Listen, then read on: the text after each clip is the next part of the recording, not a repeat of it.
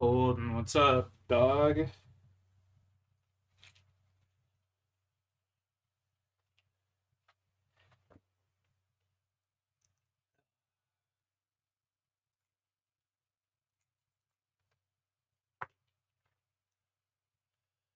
Just finished work, man. You know how it goes.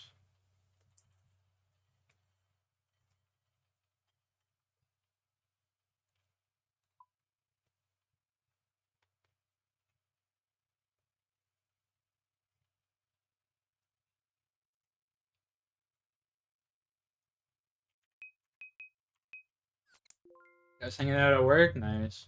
Or at home, sorry? Nice. Nice.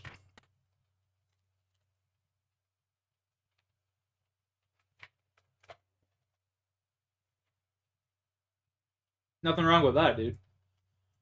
Nothing wrong with that at all. What'd you get up to today?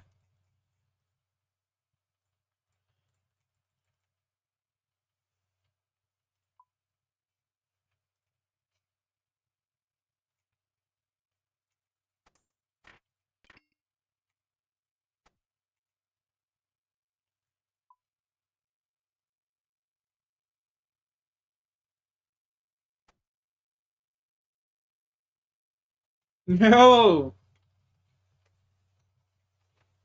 Square, what's up, dude? How you doing, buddy? What's new, man?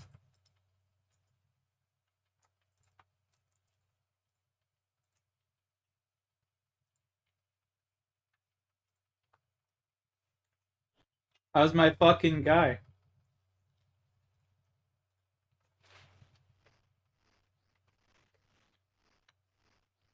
Oh, you're still working, eh? I thought you quit work to go to school, honestly. Chilling with some new homes on Discord? Shit, I guess I'm chopped liver now, eh? Damn. After seeing my auntie dead? Damn, brother, I'm sorry to hear that.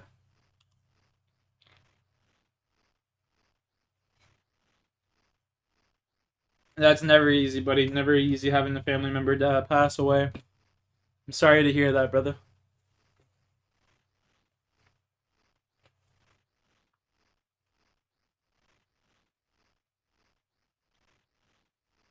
Praying for you.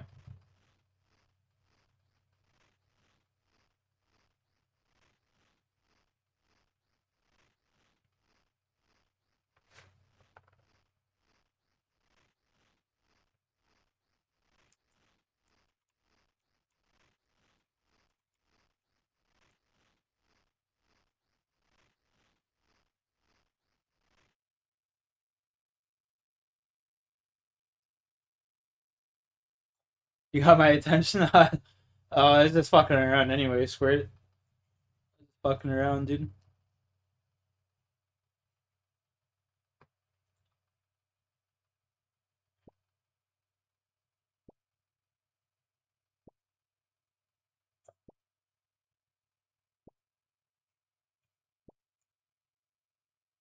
Networking is always a good thing, man. Networking and shit like that is always a good thing. Can't hate, just appreciate, you know?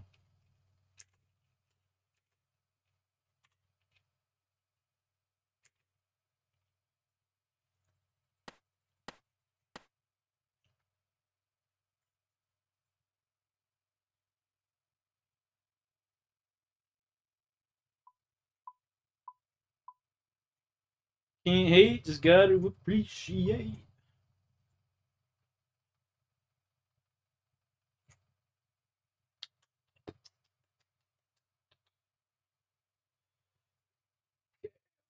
Back. You can grab.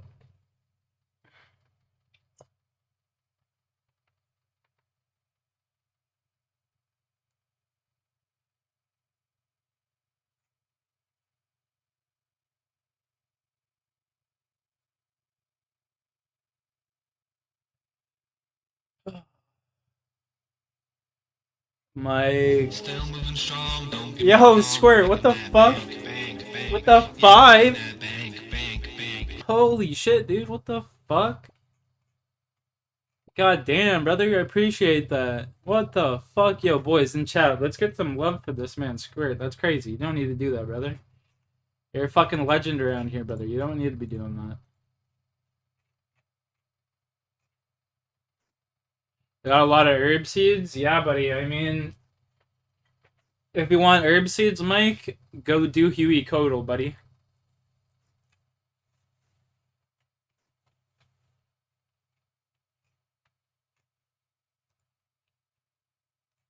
On God, best way to get them. On God, best way to get seeds in this game are Huey Codal. Obviously, you're not gonna get them every kill, but he drops 60 Lanthidime seeds and then 20 of like every other seed except for like low level seeds. Like here, let me look at this real quick. Let me look at the drop table real quick because this shit's. Did I get wand? Yeah, I finally got the wand on 419 KC. Like he drops like all good seeds like Renara, Torstal, Toadflex, Wask, Lantidime, Quam, Avanto. Like, dude, it's insane. He's so good for seeds. Big G's, yeah, bro. Big G's indeed, man. Finally, like I can get out of Huey Codal and actually like play the game. You know what I mean? Low key, by me saying that, I'm just going to go grind Titans once I'm done work, and that will be that. But you know what I'm saying. You know what I'm saying.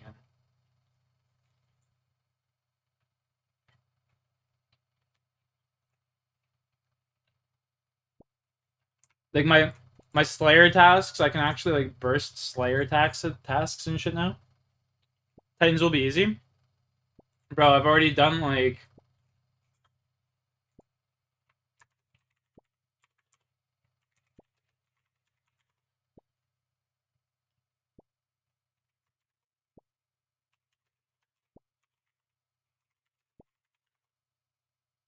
274 kills, and I haven't gotten a single staff piece.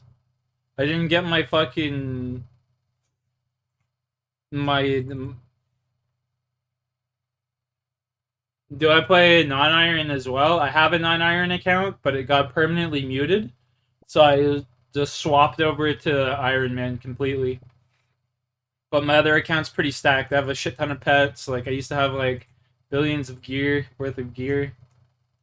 It was a good count. Good account. But I gave all my shit away on that account. But I gave away all my shit on that account. I gave away like just tons of stuff, brother. Tons of stuff.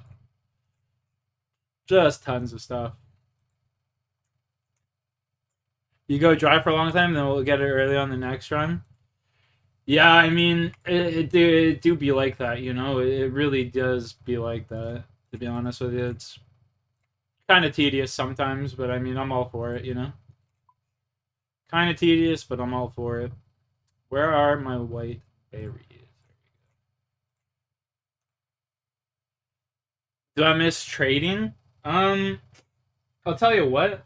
I miss like just being able to go buy my loot.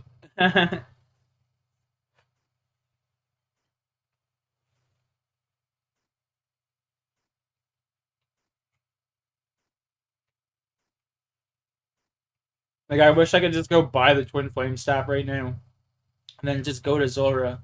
You know what I mean? But like if I was on my main account, I'd just be using the Bofa as Zora anyway, and just like no braining that shit. So I mean, it's got its advantages and disadvantages. Me personally, I'm a fan of the grind. I'm like autistic as fuck, and like I love the grind, brother. I love the grind. Love the grind, you know? It can like wear me down some days, but like fuck, I get back in there. Get back in there.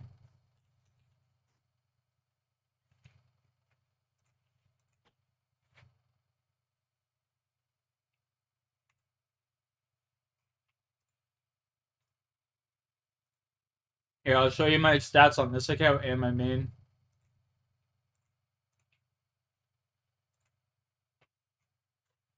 1743 total level.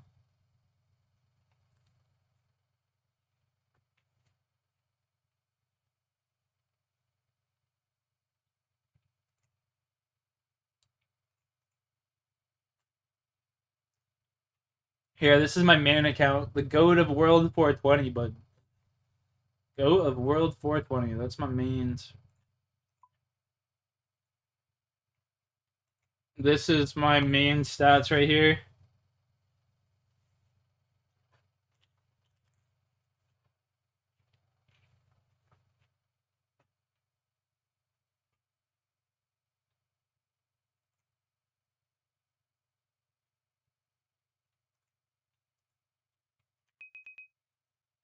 My bank used to be stacked. Like, all this shit in here, I used to have, like, hundreds of these items. You know what I mean? Like, I used to have, like, hundreds of these fucking things, dude. Like, so much shit, brother. I had a Ring of Suffering that was completely charged with, like, over 10,000 charges and shit. Like, bruh. I used to have, like, literally, like, 100,000 Divine Super Combats. I used to have it all, boys. Tons of bonds. I used to have it all, and then I fucking gave it all away. Kind of regret it some days, and then I just like don't really give a fuck others. Like today, don't care. You know what I mean? Some days it's just like shit. I'd really like to be able to go kill Vorkath right now, but you know, just can't do it. I guess that's the fun part of the Ironman is being able to like work my way back up to that point, you know. And I don't get to like cheat this time. I get to actually have to sit there and like grind. I can't just go like buy the gear that I want.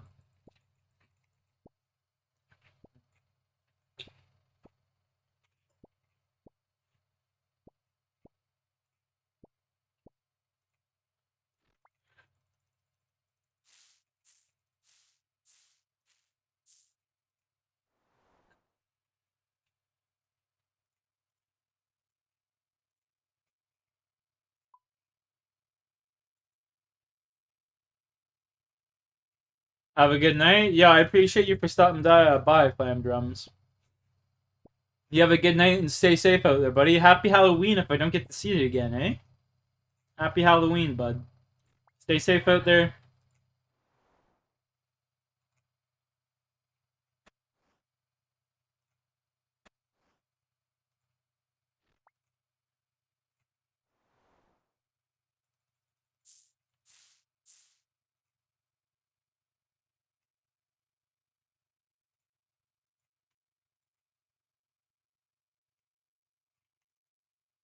Alrighty, boys.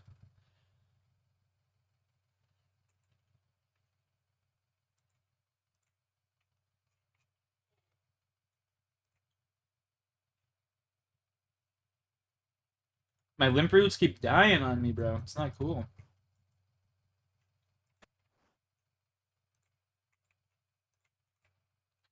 Not cool, man.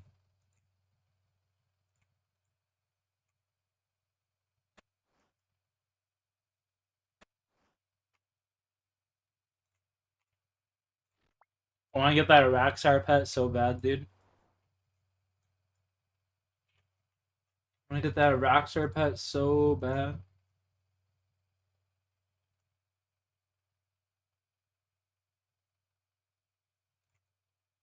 So freaking bad, man.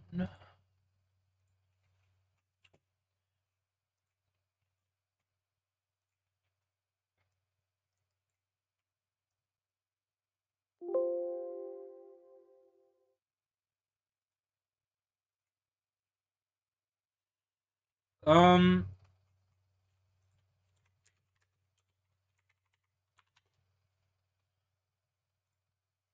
day. But by the end of one particular morning, the family's young au pair was standing outside their Fairfax. The job sounded straightforward. Watch a 4-year-old while her parents went to work each day. But by the end of one particular morning, the family's young au pair was standing outside their Fairfax County home, telling police that she had just fired a gun at an intruder inside. The 23-year-old from Brazil had just witnessed and even been involved in the unthinkable. She's from Brazil. She shouldn't even be able to use a weapon. Then I saw this car, strange car, and I called her. Why the car is here? I don't know who it is, but it was a straight to voicemail, so I couldn't talk. car. Then I called Brendan. It was her husband. Okay. And we went inside. And then we went upstairs first, and then I went to see what's going on. And I heard the guy was, I don't know what. It's okay. I don't know what was doing. It's spanking her. I don't know. You like what? It's spanking her. I heard, like, I don't know what was that. And Brendan said, police dropped the knife. It was tragic and terrifying, but the circumstances appeared fairly clear. An armed intruder had broken into the house and attacked a woman while she slept. But the truth was not so simple. The man was not just an intruder. He was much, much more. He had come to the home with a purpose that was problematic. But he wasn't the only one with plans. Welcome back to Crime A to Z, where we detail cases and criminals from their very beginning until well after other reporting ends. Today's case unravels like a slow-burning psychological thriller. We're diving into the Banfield and Ryan murders. Many murders stick to a pretty predictable pattern. Lie, cheat, rage, kill, lied again. Sadly, the typical stuff. Well, not today.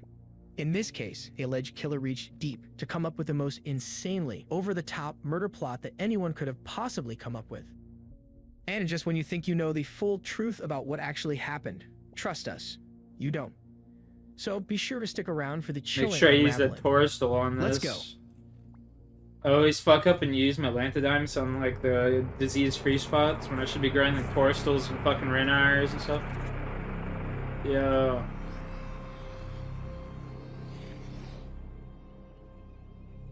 The first call to 911 came in at 7:47 a.m. Fairfax County 911, where's your emergency?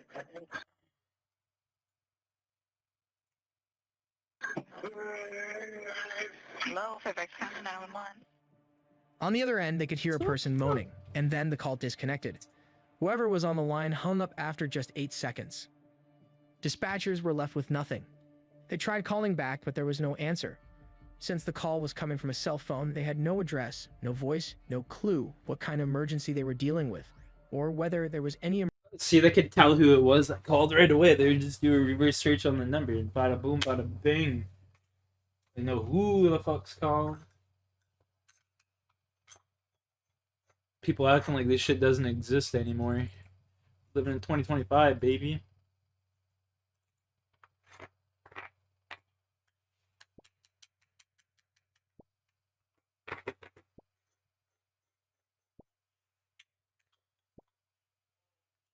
Excuse me. I was ignorant.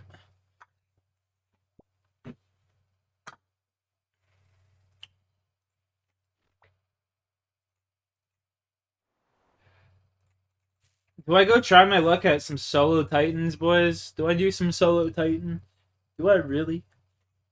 Do I really?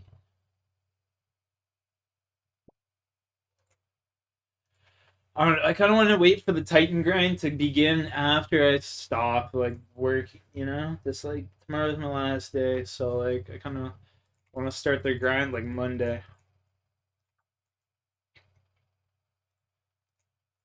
I think we just, like, honestly, might do some fletching, the fletching mini game tonight, and try and get a, the fletching knife, so I can go to Wintertod, and then do faster fletching, more XP. You know?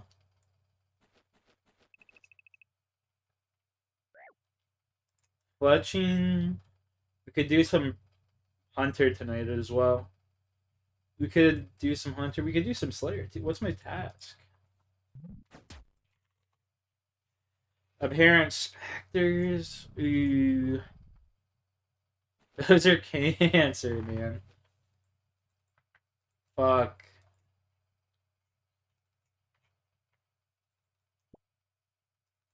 Parent Specters. Like, fuck.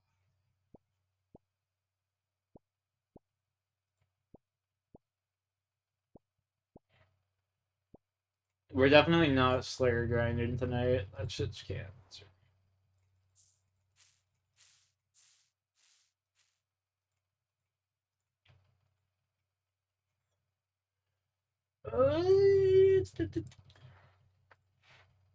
emergency at all.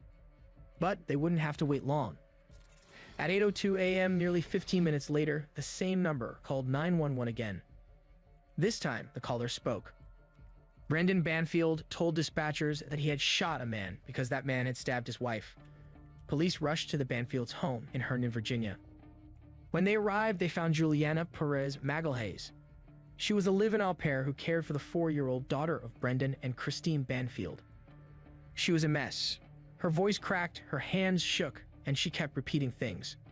But eventually, between the sobs and pacing, she gave police just enough to work with. What's going on this morning? I was going out. Oh, dude, are you serious, Mike? You know you can just buy it, right? You know you can just buy the fletching knife after a while. Like, you should be able to buy it. Plus, your bowstrings are good, though. Bowstrings are good because they stack on top of each other. Yeah. Yeah, I'll show you right now. I'll show you right now how to do it. I will show you right now.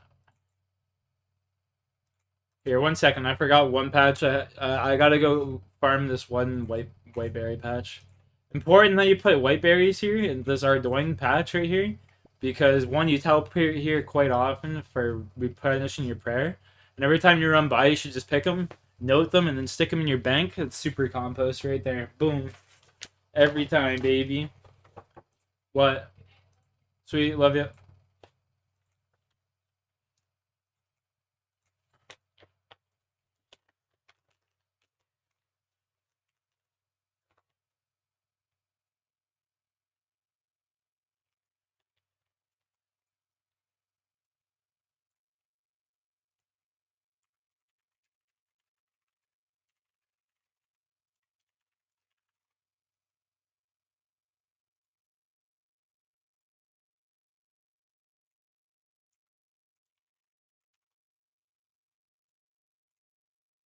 AIS, I think it is. Auburn Valley, yeah. Yeah, I have over 10k poison ivy berries. What the fuck? 10k poison ivy berries. That's fucking bonkers, buddy. That's crazy. 10k. Holy fuck, dude. And I thought my 1,000 white berries was decent. Dude, I'm sitting here like, yeah, I got 1,000 white berries, baby. Let's fucking go. This guy's like, bruh, that's light work. That's light work, he says. It's fucking funny, dude. So you just teleport, use the fairy ring AIS, and then you just run this way.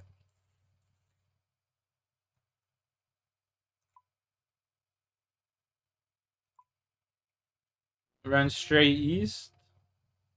Oh, I accidentally just ran on a thing. Nice. And where's homeboy? Citizen. You go over here. You go over here to Randolph.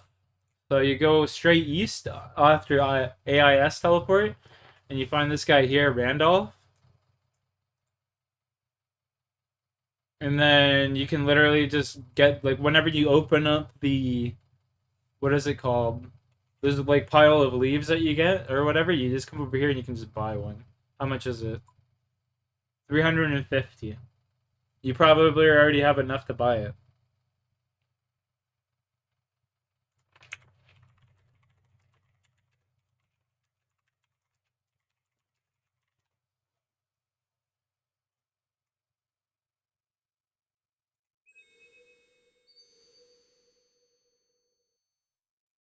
Apparently I have some offerings here.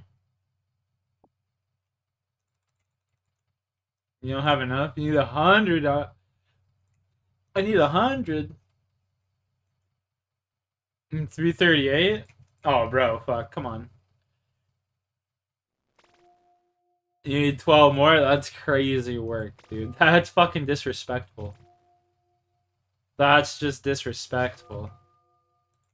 338? That's crazy work, bro. They fucked you so hard.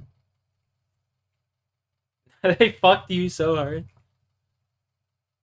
74 to 76. Bro, I swear to God, you'd probably get it in like 2 trips. You'd probably have enough in like 2 trips. But I think that's what I'm gonna do tonight. I think I'm just gonna sit here. I've got 22,000 fucking maple logs. I think it's time that I start, you know, using some of these. Oh, look at Valve offerings. Veil offerings. Cool.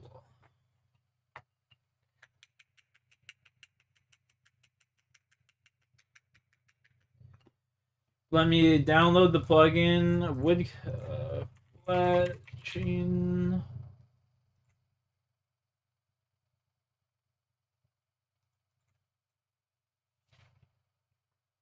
Yo, no problem, bro. I watched my one buddy grind out like over 10,000 offerings and he never got the knife. And I was like, dude, why don't you just go buy it?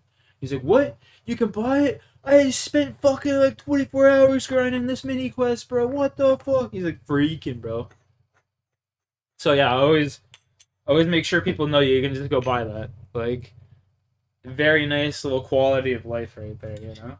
It kind of reminds me of like the mastering mixology, how you can just go and buy stuff, but you can also kind of get it as a reward from opening the valves. Which veils, or is it valves or veils? I think it's veil. Yeah, it's a veil offering. So yeah, that's pretty cool. Pretty cool. It's veils, yeah.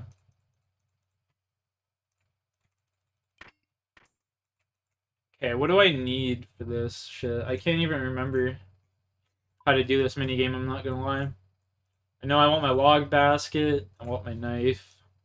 Do I need a log basket, knife? Do I need an axe?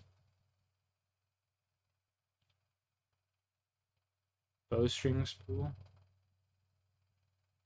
No. No, I'm not stringing. I'm not stringing them. I'm just throwing them on a Z.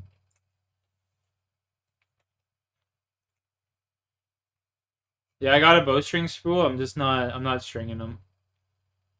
Do I do use? I want to kind of save my use though, like in case I need them for fucking sailing. You know what I mean? You know what? We'll use 1,000. We'll use 1,000 of these tonight. So once I hit 3,000, we'll call it for this.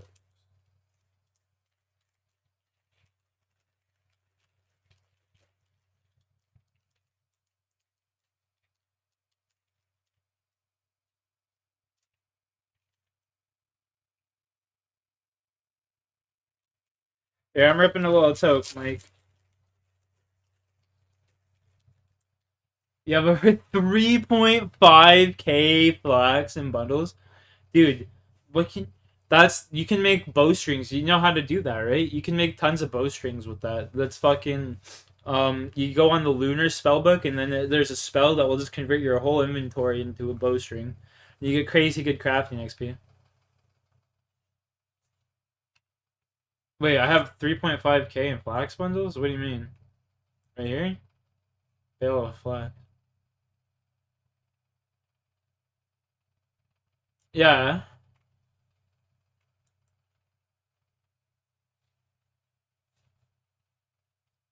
Wait, I have 3 point. What? They give me 25? What the fuck? What the fuck? Dude, I thought they gave you like 10. I thought they gave you 10. That's crazy, bro. What the fuck? Bruh. Oh, I'm fucking at a loss of words for that one. That's pretty cool, I can't lie.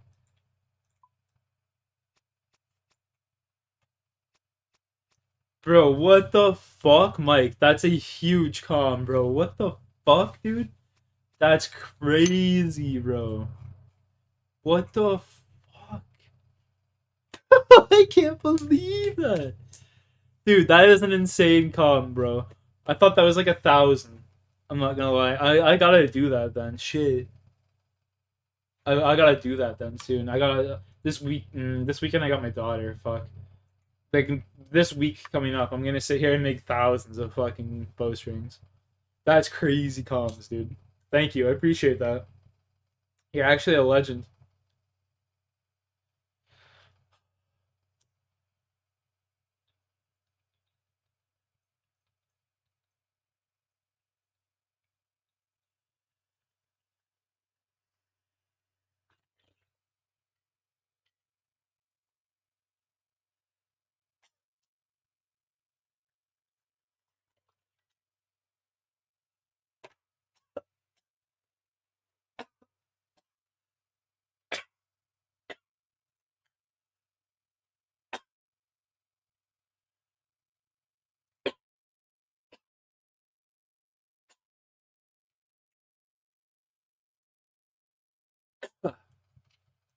Okay.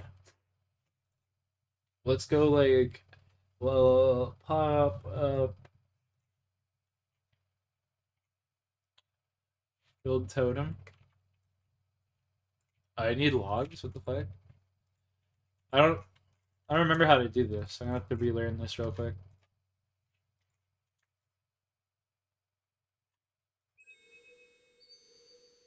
What? How do I? What? How do I empty? Where is empty? What?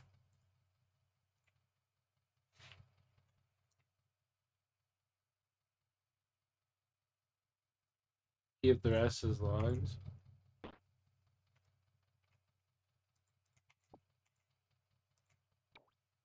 Okay, we gotta go. Like, hang on here a second. We gotta swap this. The left. Swap. Empty. There we go.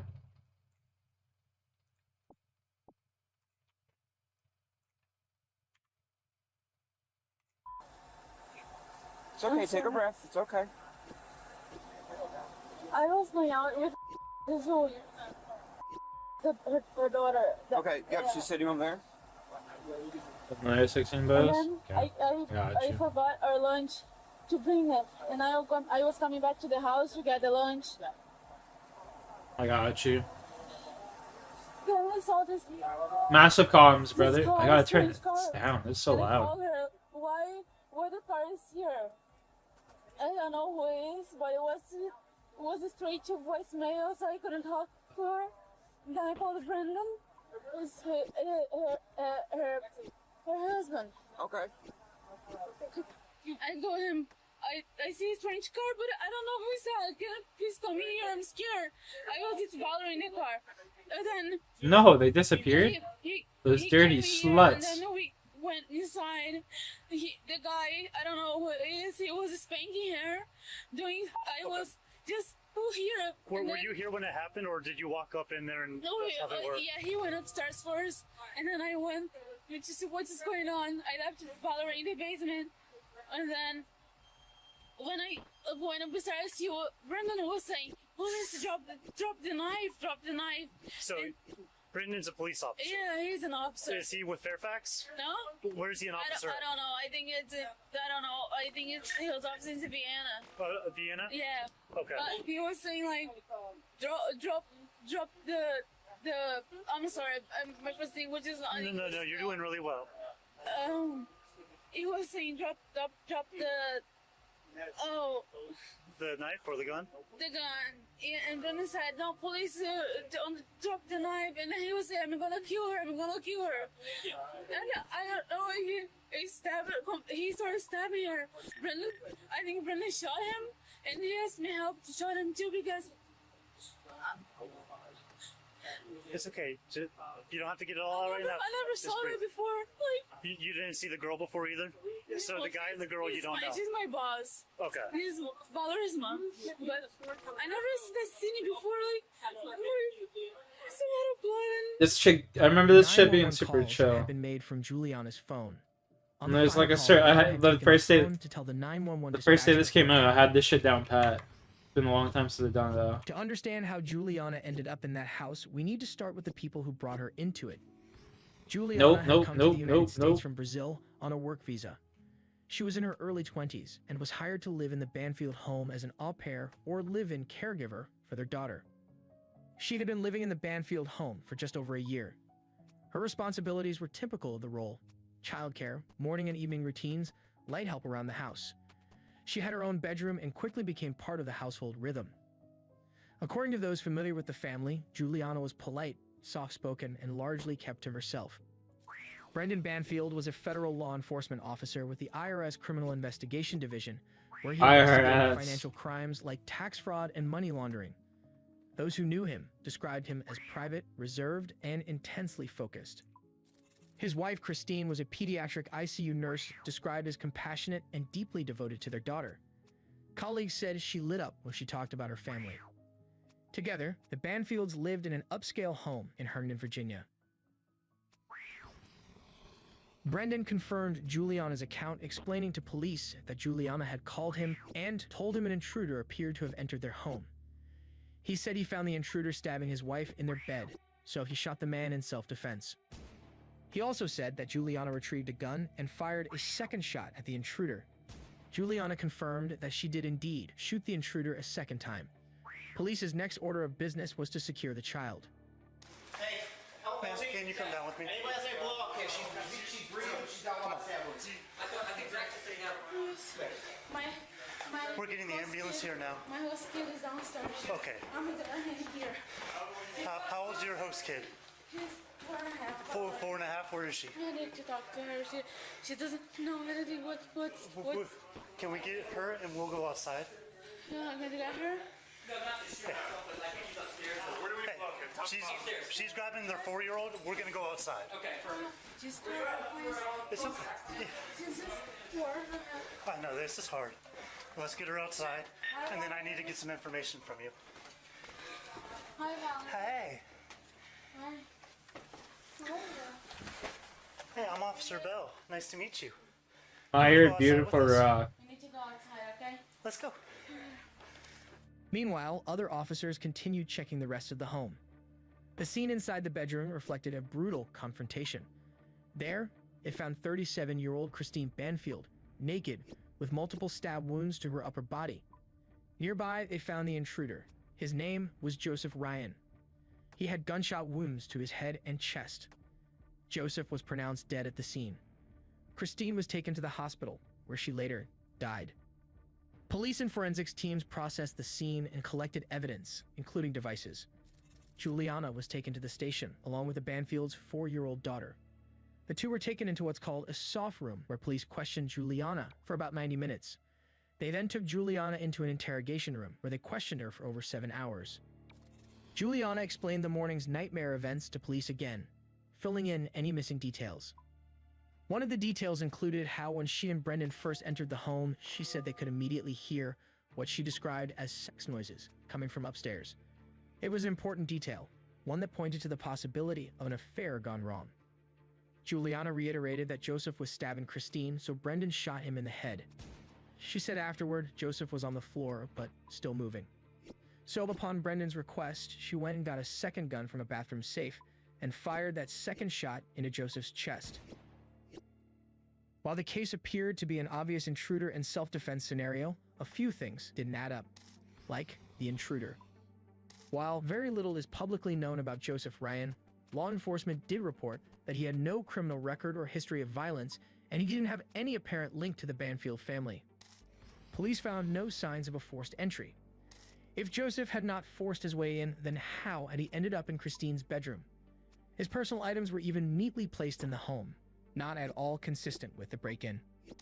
Christine's body also raised questions. She was found naked on the floor in the couple's bedroom. Her stab wounds were deep and deliberate, as though carried out by someone who wanted her dead, not by an intruder who panicked during a break-in. That looks like a fucking psycho. Another detail bro. that stood out was the second gun.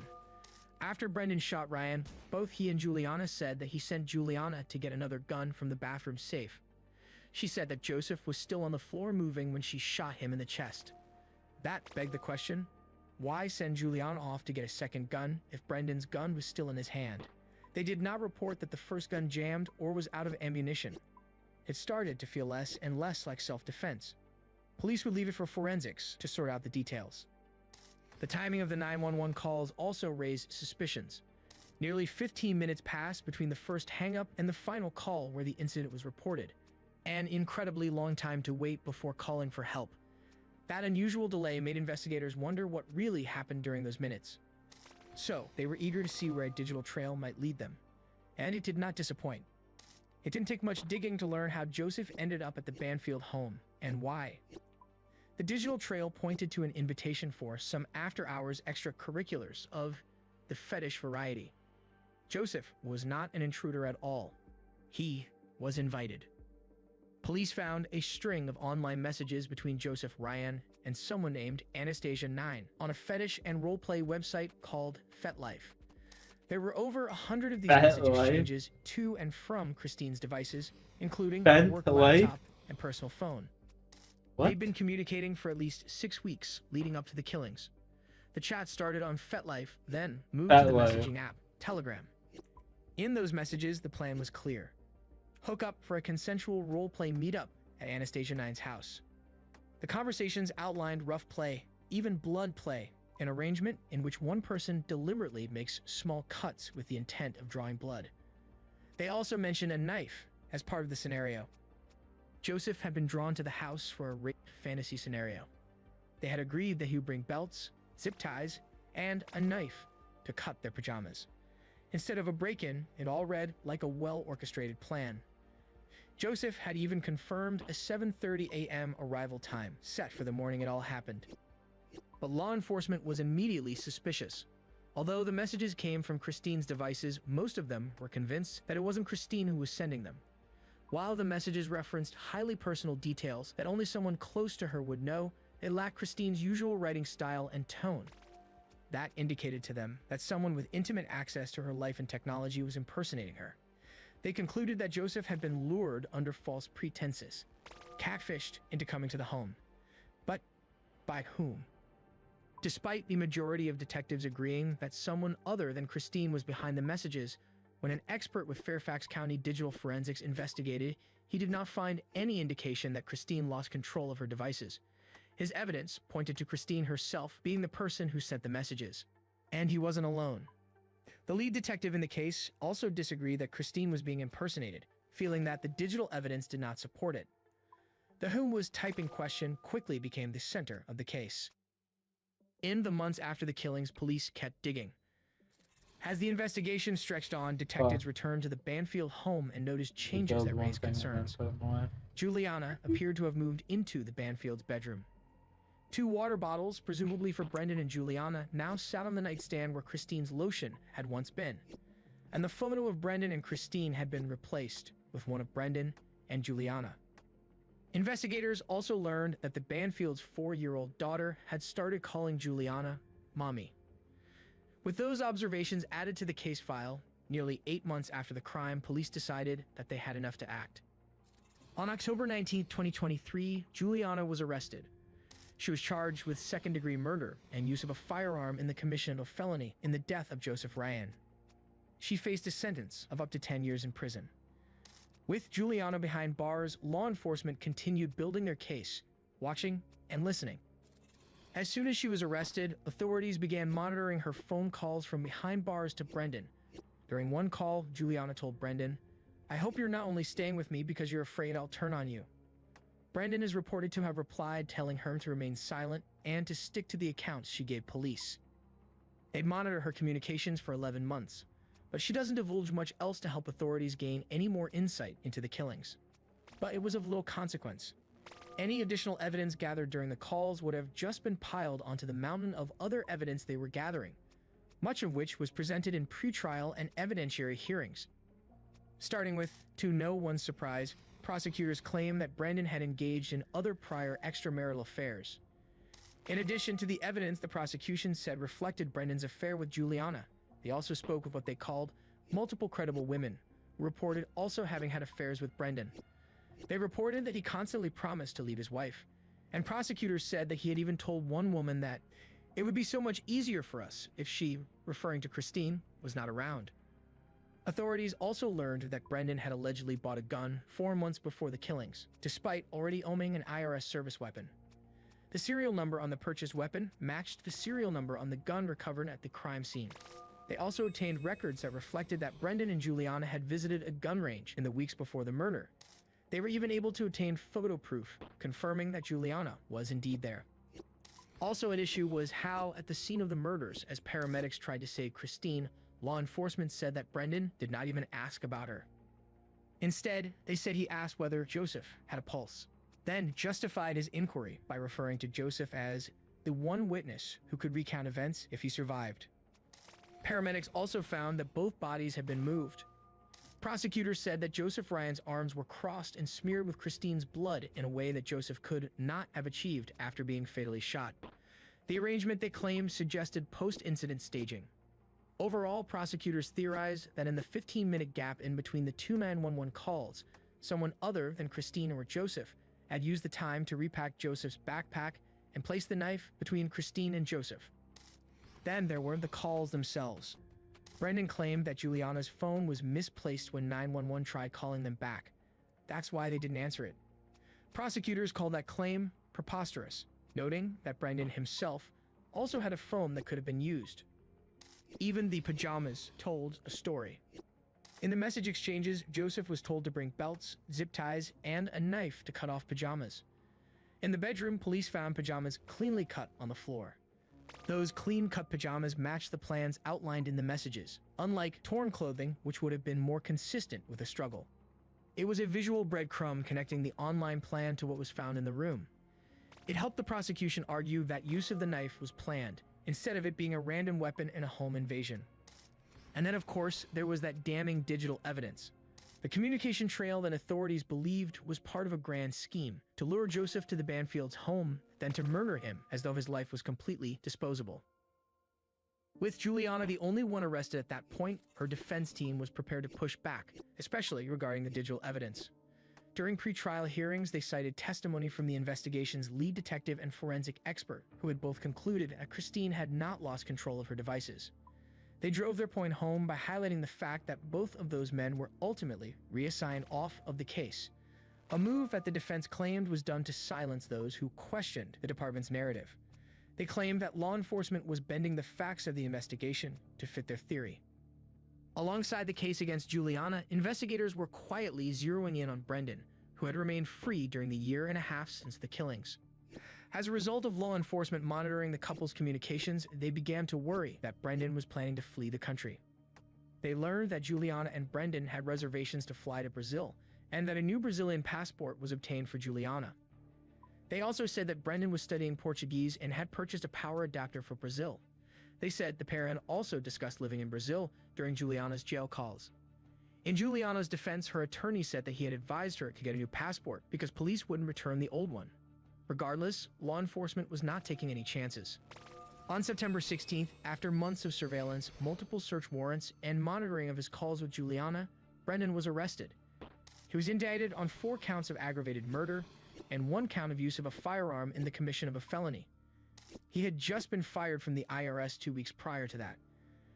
It was a year and a half after the killings and just under a year after Juliana was arrested. Her trial was scheduled to take place a few weeks from then. Brendan was facing a potential life sentence without the possibility of parole if convicted. He requested that he be released on bond so that he could be free to care for his daughter awaiting trial. The prosecution argued that he was a flight risk, and the court denied his request. He would remain behind bars until his trial. 2 more charges would later be added to his case: felony child abuse and neglect, and felony child cruelty. Prosecutors said Brendan's 4-year-old daughter was inside the home during the violent events. Even though she was not physically hurt, investigators said the charges were based on what the child may have seen, heard, or been exposed to during what they believe was a planned attack. Prosecutors were confident they had a strong case against 2 lovers who planned a wife's murder for months. Heading out that morning, leaving the door unlocked and ready to execute 2 innocent victims with a plan so convoluted that no one would ever figure out that they were at the center of it all. Juliana's defense knew how strong the prosecution's case against her was. So, by late October 2024, with her trial just weeks away, Juliana accepted a plea deal offered by the prosecution. In exchange for pleading guilty, Juliana's charges were reduced from second-degree murder and the firearm charge to voluntary manslaughter. As part of the deal, she agreed to testify against Brendan, cooperate fully with prosecutors, and be deported to Brazil once her cooperation was complete. She agreed to provide a full statement detailing her involvement in the killings. Her account aligned with prosecutors' general version of events, but no one was prepared for the details she so casually unleashed. She explained how Brendan immediately rejected the idea of a divorce to deal with his marital problems. And then I asked him, we're going to divorce her. He said, that's not what I'm thinking about. And then he explained that he was thinking about finding a way to just get rid of her, out of the picture.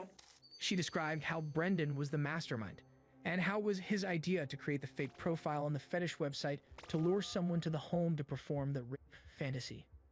She said that he instructed her to look for a particular type of person to fill the role. Somebody that sounded like violent and was kind of playing the way he wanted the person to play. So then that's when he started talking to Joe. 39-year-old Joseph Ryan responded. Juliana admitted that she and Brendan were the only ones communicating with Joseph, not Christine. And while they were doing so, she alleges that Brendan took her to that shooting range to learn how to fire a weapon. She also described how Brendan made modifications to the home, including buying expensive soundproof windows prior to the killings. They changed like the whole house, the whole type of a window. She even described how she said they tested them out. And then I went outside in the driveway, and then he went up to the bedroom, and then he started like screaming and yelling to see if I could hear anything from outside. And? I barely hear. I couldn't really hear like much. She described how Brendan pretended to go to work on the morning of the murders, but actually just sat in the McDonald's parking lot 6 minutes away, waiting for her call once Joseph arrived. With Christine upstairs asleep in the bedroom, they had hidden her phone in a kitchen drawer and waited for their plan to unfold. Juliana said that she had a gun that Brendan had given her and told her to carry that morning. She described how she and Brendan had made sure that when Joseph approached Christine, her reaction would be acceptable to him. We told other people before that it was kind of part of the game where the person gets in the bedroom and then I may act like scared, like try to run or try to scream, but like or if the person starts doing something, she would just get kind of freaked out and try to resist, but it was like part of the game. They had arranged for Juliana to leave the house with the daughter under the guise of a morning zoo trip where there would be other au pairs. Christine agreed and bought the tickets for the zoo. Juliana and the daughter got into the car for that pretend trip, then waited until Joseph showed up. And then that's when Brendan had instructed me before, as soon as I see Joe's car, for me to call him like right away. And that's what I did. Juliana called Christine on her phone that they'd hidden in the kitchen, as she said Brendan had instructed her to do. Christine, of course, did not answer. Juliana called Brendan as planned as well, and he came rushing home. Brendan arrived at the home, and he, Juliana, and the daughter went through the rear basement door. They left the daughter in the basement. Then the pair proceeded up to the ground level of the home, near the stairway leading to the bedroom level. He just did like this to me, wait, and then I stopped, and then we were both just listening to that sound. That was the real sound we were listening to. What did it sound like? For me, I mean, slapping. She then goes on to describe how the two of them ascended the stairs and entered the room. Brendan, with his gun drawn, announcing himself as law enforcement. She said Joseph was on top of Christine on the floor. She said that Christine called out, "Brendan, he has a knife," and that Brendan immediately shot Joseph in the head. Juliana then described Christine's reaction. She was like, oh, like, why'd you do this? Call 911. And I said, Juliana, specifically, Juliana, call 911. That's when Juliana made the first call to 911. She said she hung up after Brendan was gesturing for her to do so. She said that once she hung up, she saw Brendan take Joseph's knife and begin stabbing Christine in the neck. What did you hear her saying to Brendan as he was stabbing her in the neck? He was stabbing her and then she was just telling him, let me go, I'm gonna die anyways. I'm gonna bleed to death. She was just, leave me here, let me die. And then he was telling her, I can't. I don't know why he said I can't. Either while Brendan was stabbing Christine or afterward, Juliana said that Joseph was still moving and that Brendan instructed her to shoot him again. She did. in the head. She said that after she shot Joseph the second time, Brendan began manipulating the crime scene. How did Christine Banfield's blood come to be on Joe Ryan's arms and hands? Brendan did. It would be nearly 15 minutes later before they were prepared for their official call to 911. In addition to acknowledging the affair between her and Brendan, she also acknowledged that the child had indeed begun referring to her as her mommy. When did first begin to refer to you as her mommy? I do not remember when exactly. With Juliana's plea deal, there would be no trial for her. Her sentencing was originally set for March 21st, 2025, but prosecutors requested a delay until after Brendan's trial so they could gauge the full extent of her cooperation.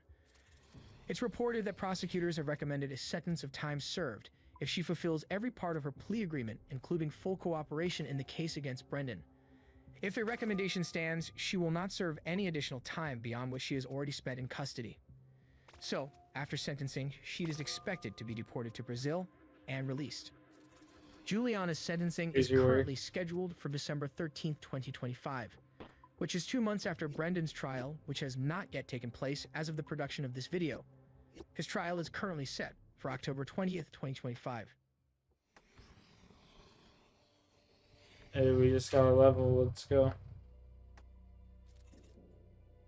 Huge. In late September 2024, it was reported that Christine's parents were seeking custody of Christine and Brendan's child. Since that update, her circumstances have remained justifiably private, hopefully allowing her the privacy to be raised in the safe, stable, supportive environment every child deserves. Juliana Paris Magalhaes remains in custody in Virginia as she awaits her sentencing, currently scheduled for December 13th, 2025. There are no public reports of her life behind bars, based on the prosecution's recommendation that she be sentenced to time served. If she cooperates, she is expected to be deported and released once sentenced.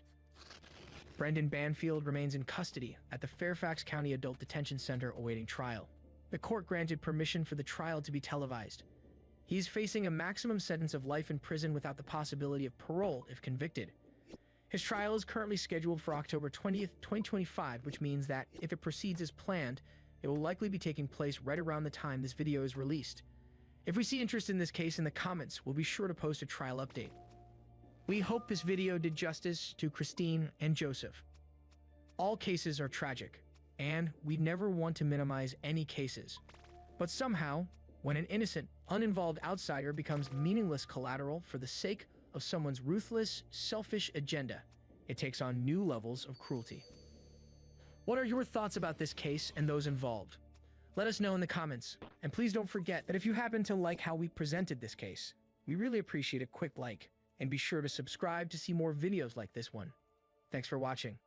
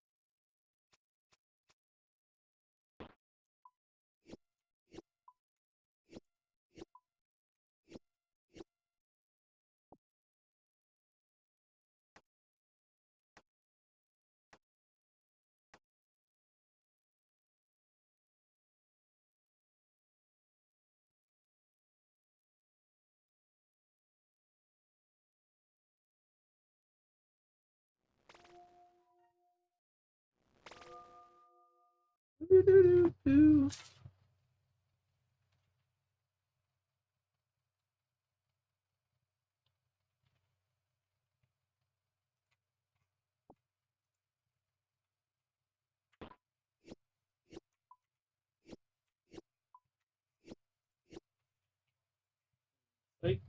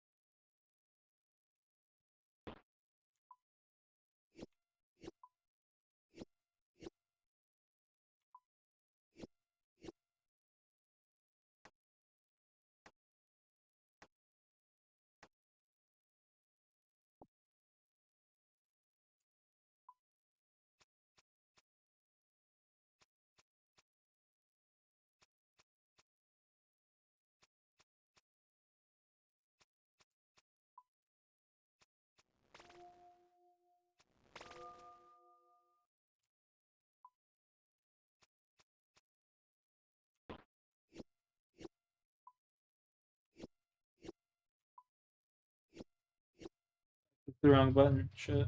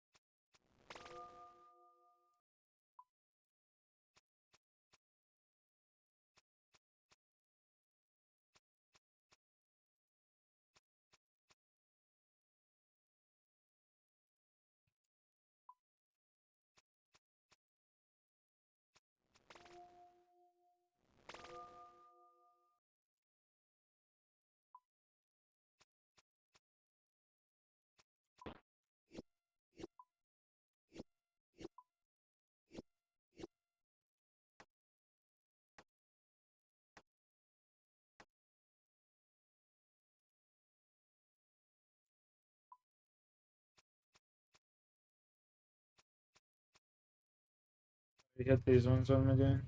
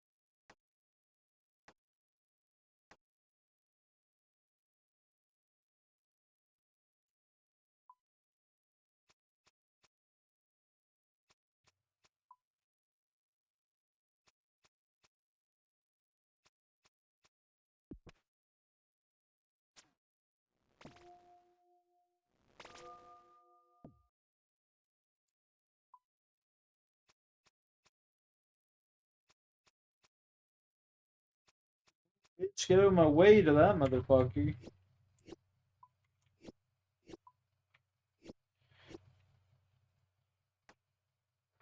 Give me all the fletching XP, baby.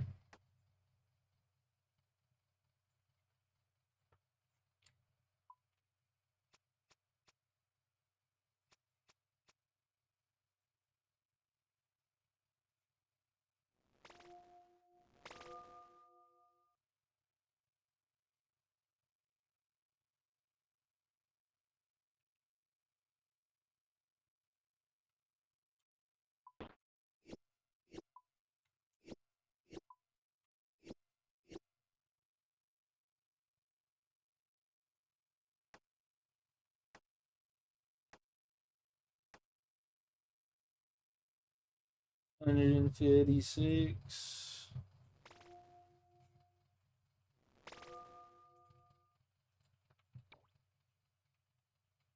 Iron blank.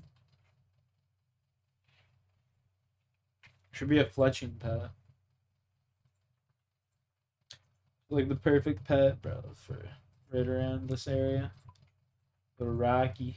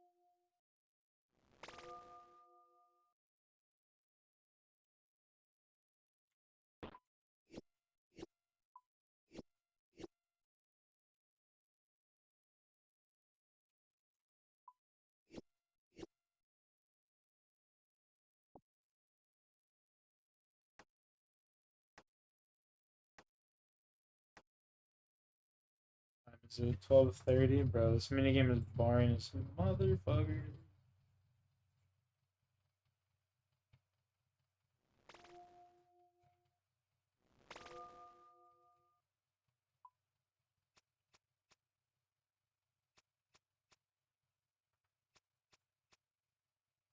And my offerings. 1, 3, 5. Decorate.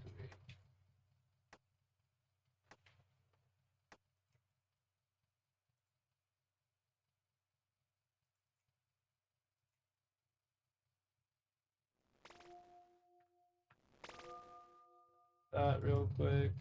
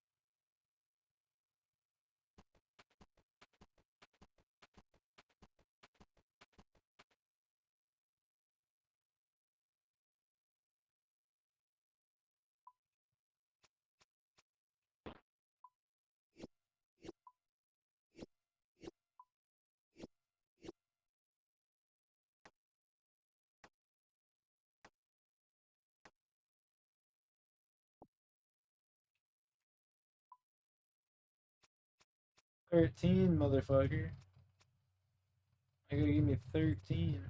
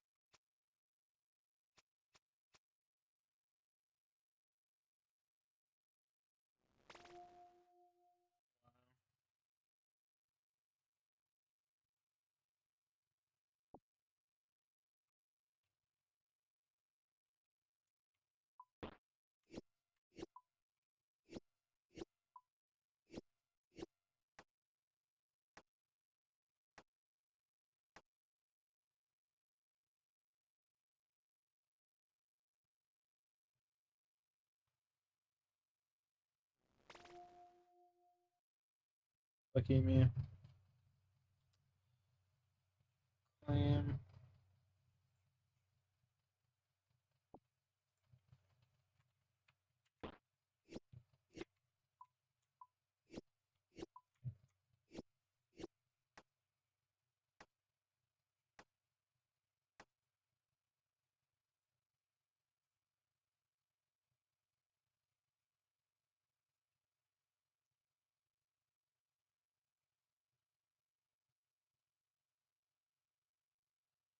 That's enough of that minigame for me.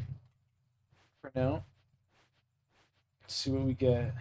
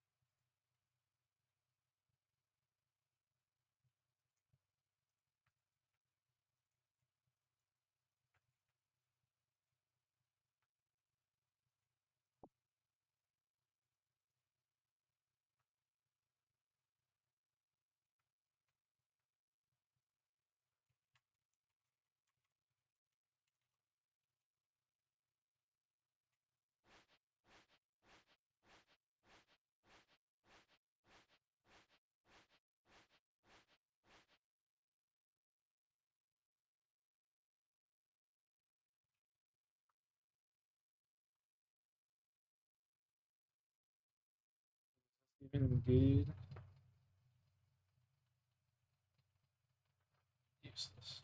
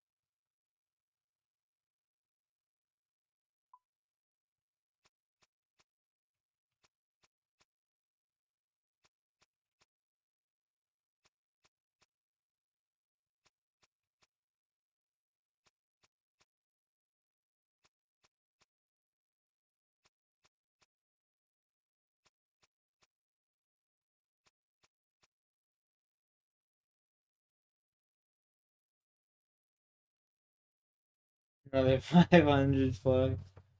Yeah, that's crazy.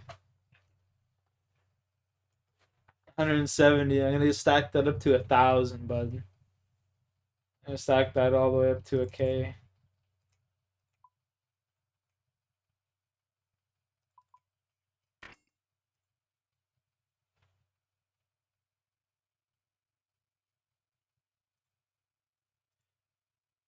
Mark my words.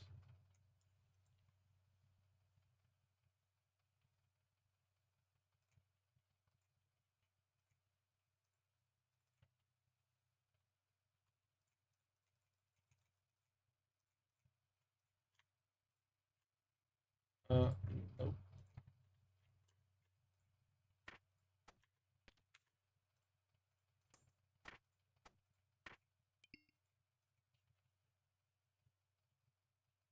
Nice little stack. Yeah, yeah.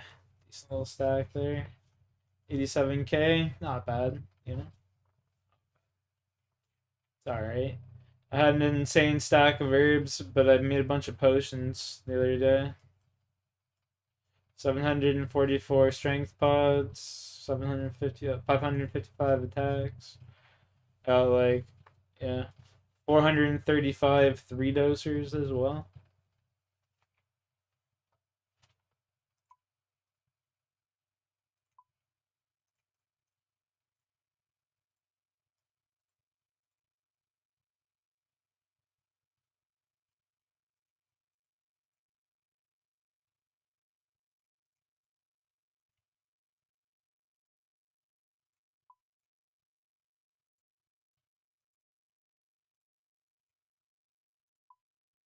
Over 1,000 strength pods. Super strength, sorry. Like, damn, son. That's what I'm impressed with. Like, I have so many anti-fire drip potions too. Those will all be super extended one day.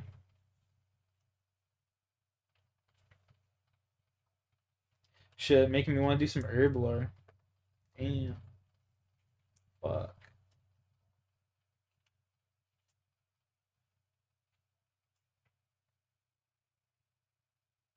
$522K per XP. I'll be using the sunfire splinters on the jugs of wine too, so it'll be even more probably.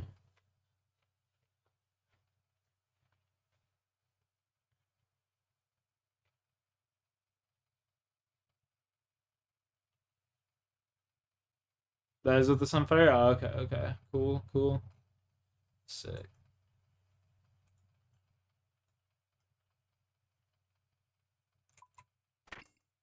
I actually want to do something here real fast. Where are they?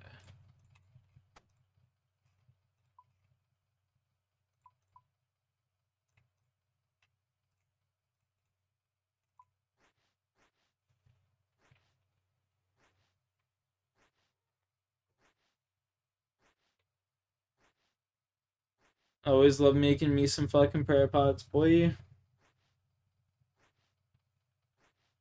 Always love making me some prayer pots. This day, any other prayer, like potion, I just let them all accumulate. I always do my prayer pots right away.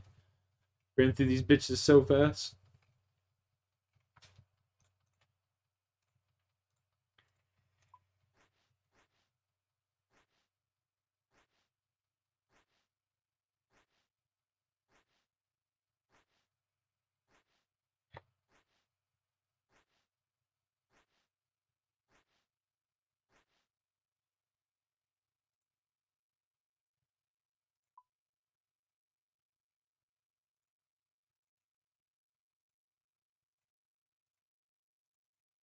And I got the amulet that gives me 4 prayer, like the 4 dosers.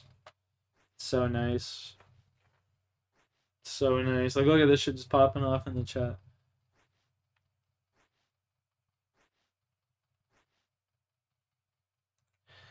Fuck, man. 3 of them right there. And it's just a free dose of prayer. That's a free 24 prayer right there. Ooh.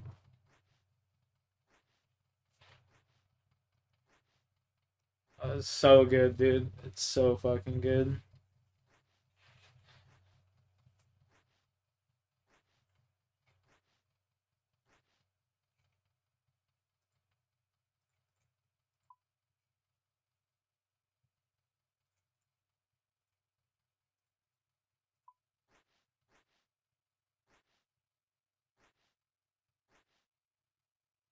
Two of them right there. Like, fuck, man. It's so good. It's like half a pot right there. Oh my god. Just love that shit, bro. I fucking love that shit. That shit makes me hard. No kizzy. God damn. Let's go, baby. I got it on fucking 14, that's why. I'll make some super energy pods too, so I can make some stams. I want to do some questing.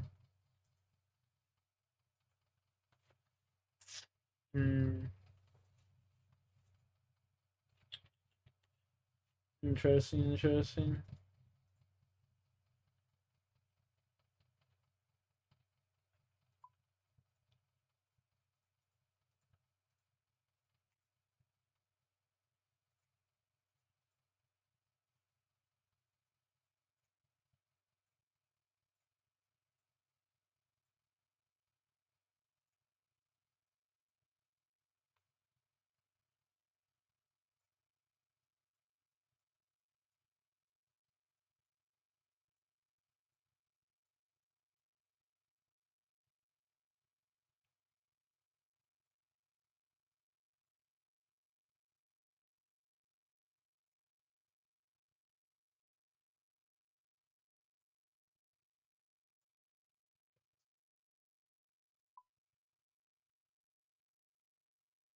Good. We have a little bit of bank space right there. Drop.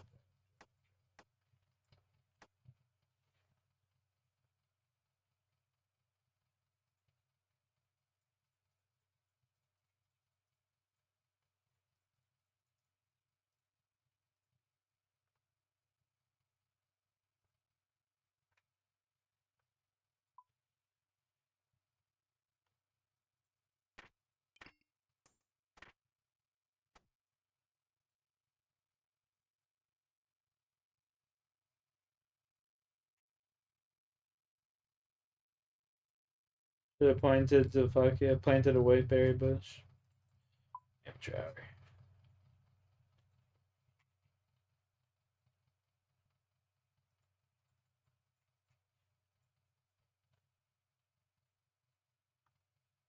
Nice stack of antes, yeah.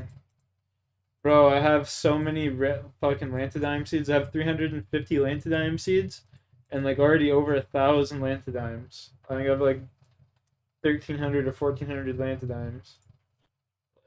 Um, I'm ready for fucking Vorkath, bud. Give them to me.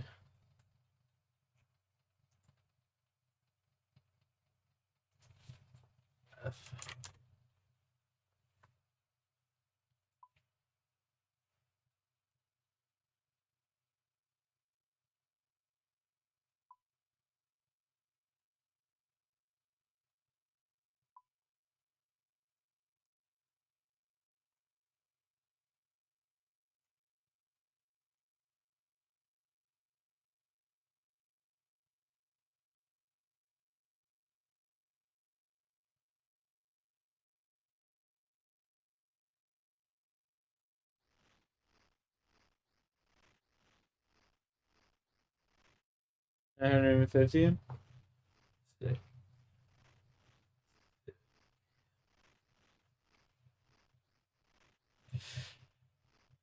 Let's watch this funny fucker stuff. To the Joe DeRosa. Hey, Steph and Elvis and esteemed guest. I am a big fan of the podcast and a Patreon member since like 2022. Oh, thank you so much. Really enjoy all your content.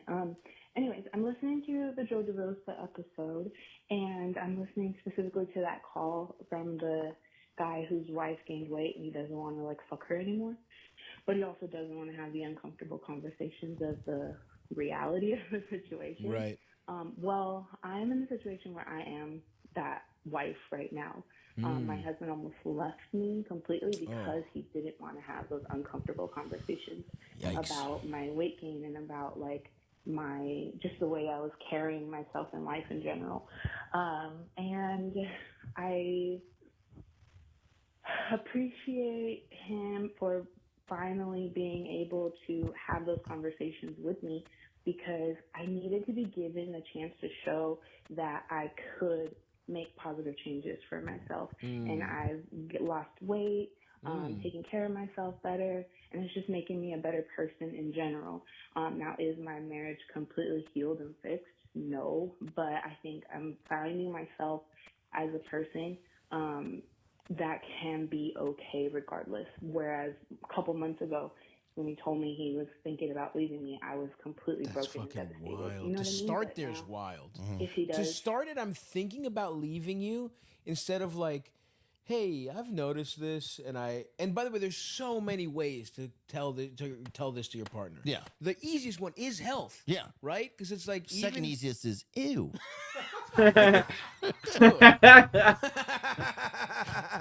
Yeah, you see them change, you're like, ugh.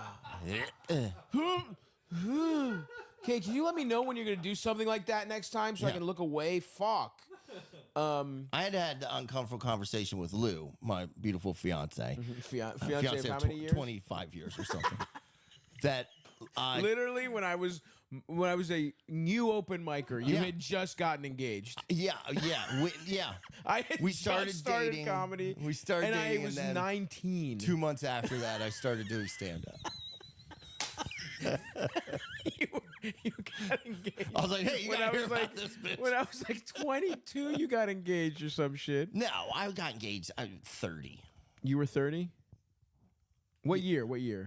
I think it was 38. No, what year of the calendar? Oh, make me do math. 2008, 2009. Yeah. Yes, I'm right. Yeah. I was 20 years old. Oh, you were? Yeah. I You got engaged. I remember you being like, I just got engaged. I was like, oh, cool. Yeah. Like, we're both open micers, so it's like, anyway, hilarious. You're beautiful. Anyway, you had the conversation with your fiance. I had to tell her that she needed to stop going tanning because her breast was the same color as her areola. And how did she take that? Not well. Yeah. But we've been working through it. Yeah. And now is she a tanning bed or like spray tan? She tans, and she'll lay out in the sun. She gets dark. Yeah. She's like the darkest woman I've ever dated. Yeah, she's Italian. You're right. Yeah, and like so sometimes when she's been tanning, you can't tell where the nipple ends and the breast begins. And that's a problem for you? No, it's just noticeable. So she tans with her tits fully out? Yeah. Interesting. Nice. Okay. Well, that's yeah. Anyway, that's an interesting conversation to have. So I just think it's for him. I just think for this woman, it's just crazy to start it. I'm thinking about leaving you. Yeah, that's what's crazy to me. Yeah, there should have been a step below that. Yeah. Where it's like, hey, look, I think we need to make a couple changes. Totally. Yeah. And it's also like it's okay for the person that loves you and is going to be your life companion, who probably wants you to be around as long as possible, to be like, hey, this is fully out of love. I'm just worried about these habits that you're picking up. Like, and how much weight did she put on? Yeah, I mean, we talking like I get around on a rascal? Yeah, right. Were there mobility issues? We don't know. Yeah. Anyway, is there more to it? There's a few more. Was she seconds. 5'2" and 210?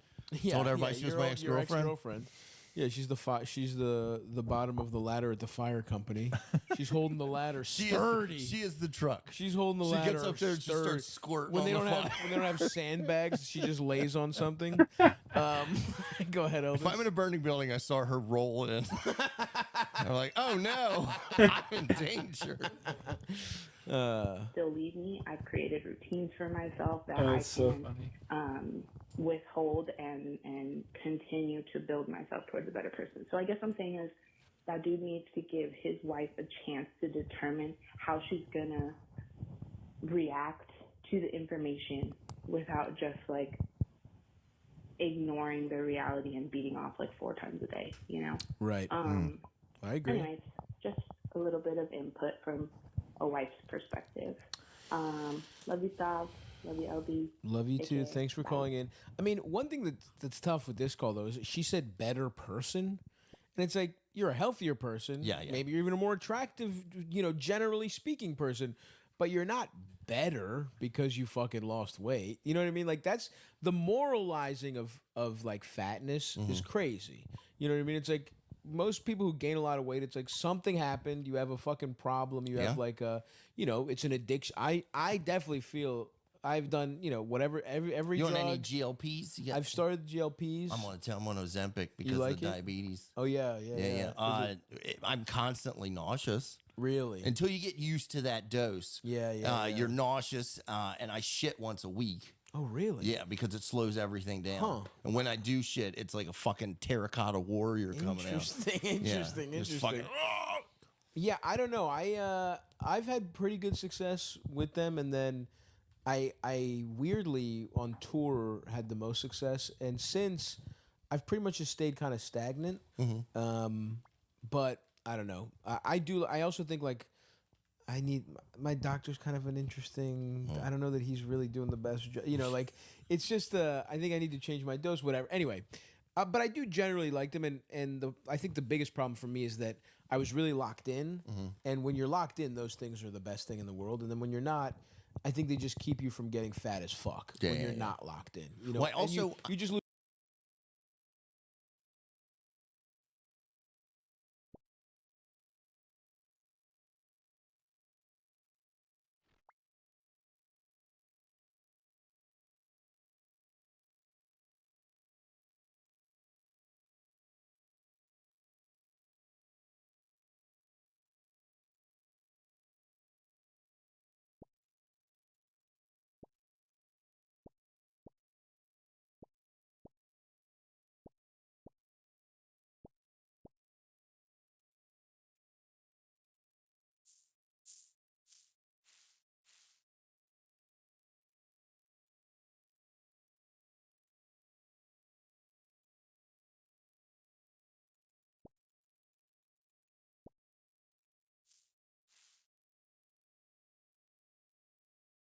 Brother, I don't have seeds on me.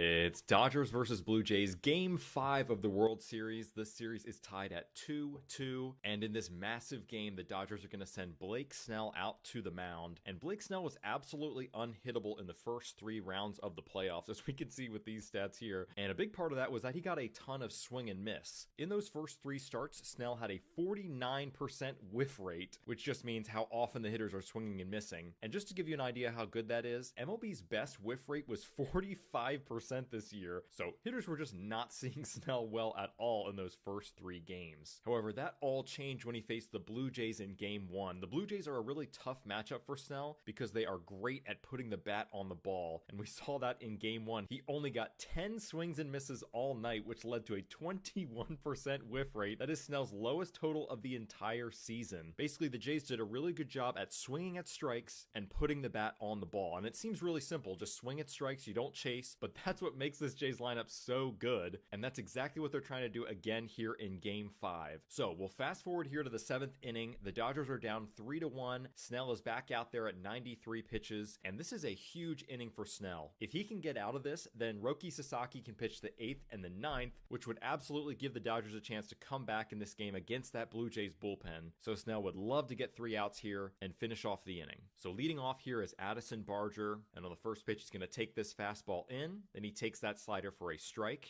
He takes that pitch for a ball. Nice job not chasing there. He's going to foul that slider back. And what's he going to do? 2-2. He's going to punch that the other way, and that's going to get through for a base hit. Barger is on board to lead off the inning, and that's tough luck for Snell. As we can see here, that ball had a very low expected batting average, but credit to Barger there. He did not chase, and he swung at strikes. That's exactly what the Blue Jays have been doing against Snell, and the leadoff man is on. Next up is IKF, the number 8 hitter, and he's looking to bunt on this first pitch, but he takes the ball upstairs. He's going to bunt that pitch foul 1-1. He's going to take that pitch. It's now 1-2 count, and the next pitch is in the dirt, and Barger's going to move up to second base. That is a costly mistake by Snell, which basically works like a sacrifice bunt. Now the double play is not in order. Barger's now in scoring position. IKF does end up grounding out here, but he gets the job done. He moves Barger into scoring position by taking pitches and waiting for Snell to make a mistake, and it's also another long grinding at bat for Blake Snell, who's now up to 103 pitches. But he can still get out of this inning. A quick out here against Jimenez would be absolutely huge, so he's going to get a first pitch strike here, but then Jimenez with a great take here, and another great take. 2 awesome takes by Jimenez there. Now a 2-1 count. He's going to foul this pitch away, 2-2, and he takes that pitch outside. That was a fantastic take. How on earth did he see that? And then it's another great take, and that is ball 4. An absolutely masterful 7-pitch walk for Andres Jimenez. Snell's pitch count is now at 111 with the top of the lineup coming up.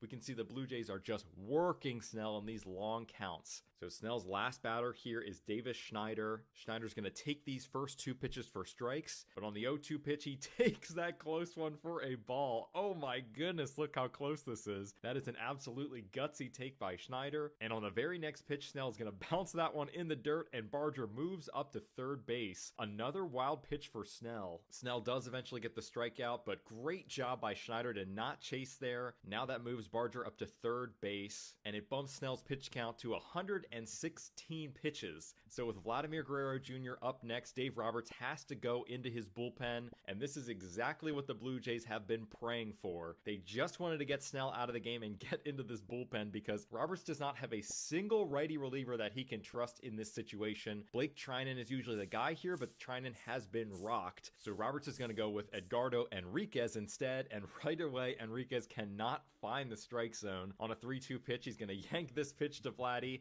which allows Barger to come home to score, and now the lead is up to 3. And then versus Bo Bichette, Enriquez still can't find the zone. He's down 3-1, and then he's going to leave this absolute meatball over the plate. Bichette's going to knock that into the outfield, and that's going to score another run, and that brings the lead up to 4. And those 2 runs in this inning are so massive. It's so much easier for the Blue Jays bullpen to protect a 4-run lead instead of a 2-run lead, and that's exactly what's going to happen. The Jays are going to shut down the Dodgers in the last 3 innings, and they're going to win this one 6-1, which has them just 1 win away from taking the World Series. And it's just an awesome job by this Blue Jays lineup. Obviously, Trey Savage's historic start is the main storyline, but let's also give some credit to this Jays offense. Blake Snell was absolutely unhittable all playoffs, but the Jays stayed patient and they knocked him out of the game. Hi, John. Hey. I'm just wondering, I look back at the season, and it kind of started with spring training 8.5 months ago now. Do you look at it?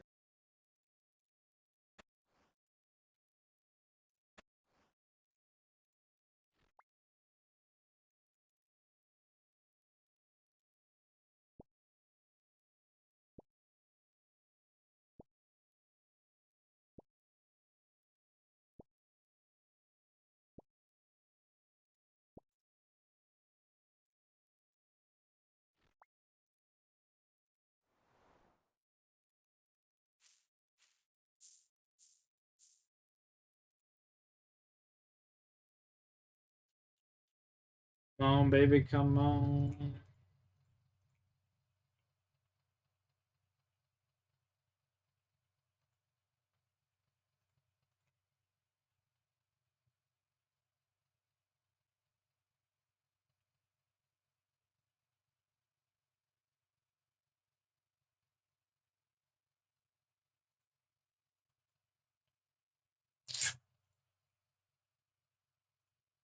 Gambling has changed. It used to be you'd lose your money on slots in Vegas, but today, not only can you do that, you can also bet on your favorite sports team, on the opening coin toss, on this individual pitch, or on all three in a parlay. You can do it from your phone, your tablet, your Apple Watch. You don't just have to gamble on sports, you can gamble on esports, on video game items, on slots with those items. You can do it in Roblox, or on regular stocks, on meme stocks, gamble with calls, gamble on earning calls, gamble on calls with earning calls. You can gamble on political events, world events. You can bet if Zelensky's going to wear a suit before July, if Jerome Powell's going to say inflation 50 or 60 times in September. And you don't just have to gamble on that. You can gamble on crypto coins, Trump coin, Dogecoin, Fartcoin. You can gamble on the champion of Fartcoin coin, and you can gamble on any of the posts the champion of Fartcoin has ever made on whether they will become popular or not. And if none of that's your cup of tea, you can also just gamble directly within your banking app on a game of roulette, like a gentleman. And don't even get me started on the ads. If you turn on sports, esports, podcasts, not even my favorite political show is safe. Shout out to Prize Picks, the best app to fire on sports in the game. You will be bombarded with gambling ads by every famous person you've ever heard of. DraftKings. DraftKings. DraftKings Sportsbook. DraftKings Sportsbook. Uh-oh. How did we get here? And is it a good thing that we're turning every spare moment of our lives into a game of chance? I'm betting no. I see what you did there.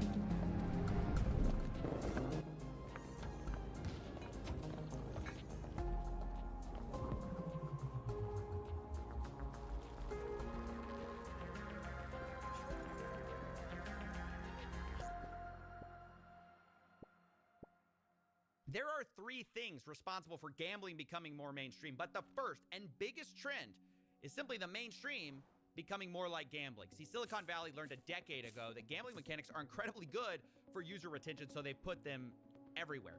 Let's say you're shopping online. Well, now you can spin a wheel to unlock prizes. Or if you're playing video games, you can open a loot box, get some randomized items. You can even use those items as virtual currency in a casino we've made a 3-part series about. Or maybe you don't have a problem with loot boxes for adults, but we've also put them in kids' video games because, gotta start them young. Roblox is the largest game for minors, and they are stuffed with randomized loot boxes. But even if that's fine for you, what about the third-party websites which, against TOS, allow full gambling based on a kid's game? And yes, there are actual kids gambling on these apps. Right, I just won a bit of profit there. I had 200 Robux. No, I had 200 Robux in profit, 100 Robux in profit, but I lost them. But I had 50 Robux and I lost it, and I thought I got 50 Robux again. So on this, mine's on Robux World, what I'm gonna do is buy 40 crates now. No, not 40 crates, but like 44 crates. That looks good. Let's go. My man's hooked. Let's go. We're in profit. Let's go. It is absolutely disgusting to see that. Look, That's the crazy. who worked on this website That's for a fucked, while dude. Before it got shut down, he shared data which claimed they made $5,000 a day, or roughly $2 million a year. Thankfully, this website got shut down, but third-party gambling sites still persist. That's because crazy. copying casinos makes a ton of money, and that's why we've been putting it into everything, including our politics. Prediction markets are the answer to the question of what if we could YOLO on election results and world events. The biggest websites are Polymarket and Kalshi, which have exploded in popularity during the American election cycle. But it isn't just major events that attract bettors. I was recently asked to investigate whether this was a suit that Zelensky was wearing. Why? Well, the prediction market had bet $200 million in betting volume on this bet, and some of them were really mad that they decided, no, this is not a suit, I guess. Whether you think it is or not, the volume of betting here is insane. And one reason for that is because these companies are exploiting loopholes that allow betting even in states where normal gambling is illegal. Because these companies say they're not a casino, so they don't fall under the same rules, which is why instead of having to be 21, you can now gamble at 18 on prediction markets.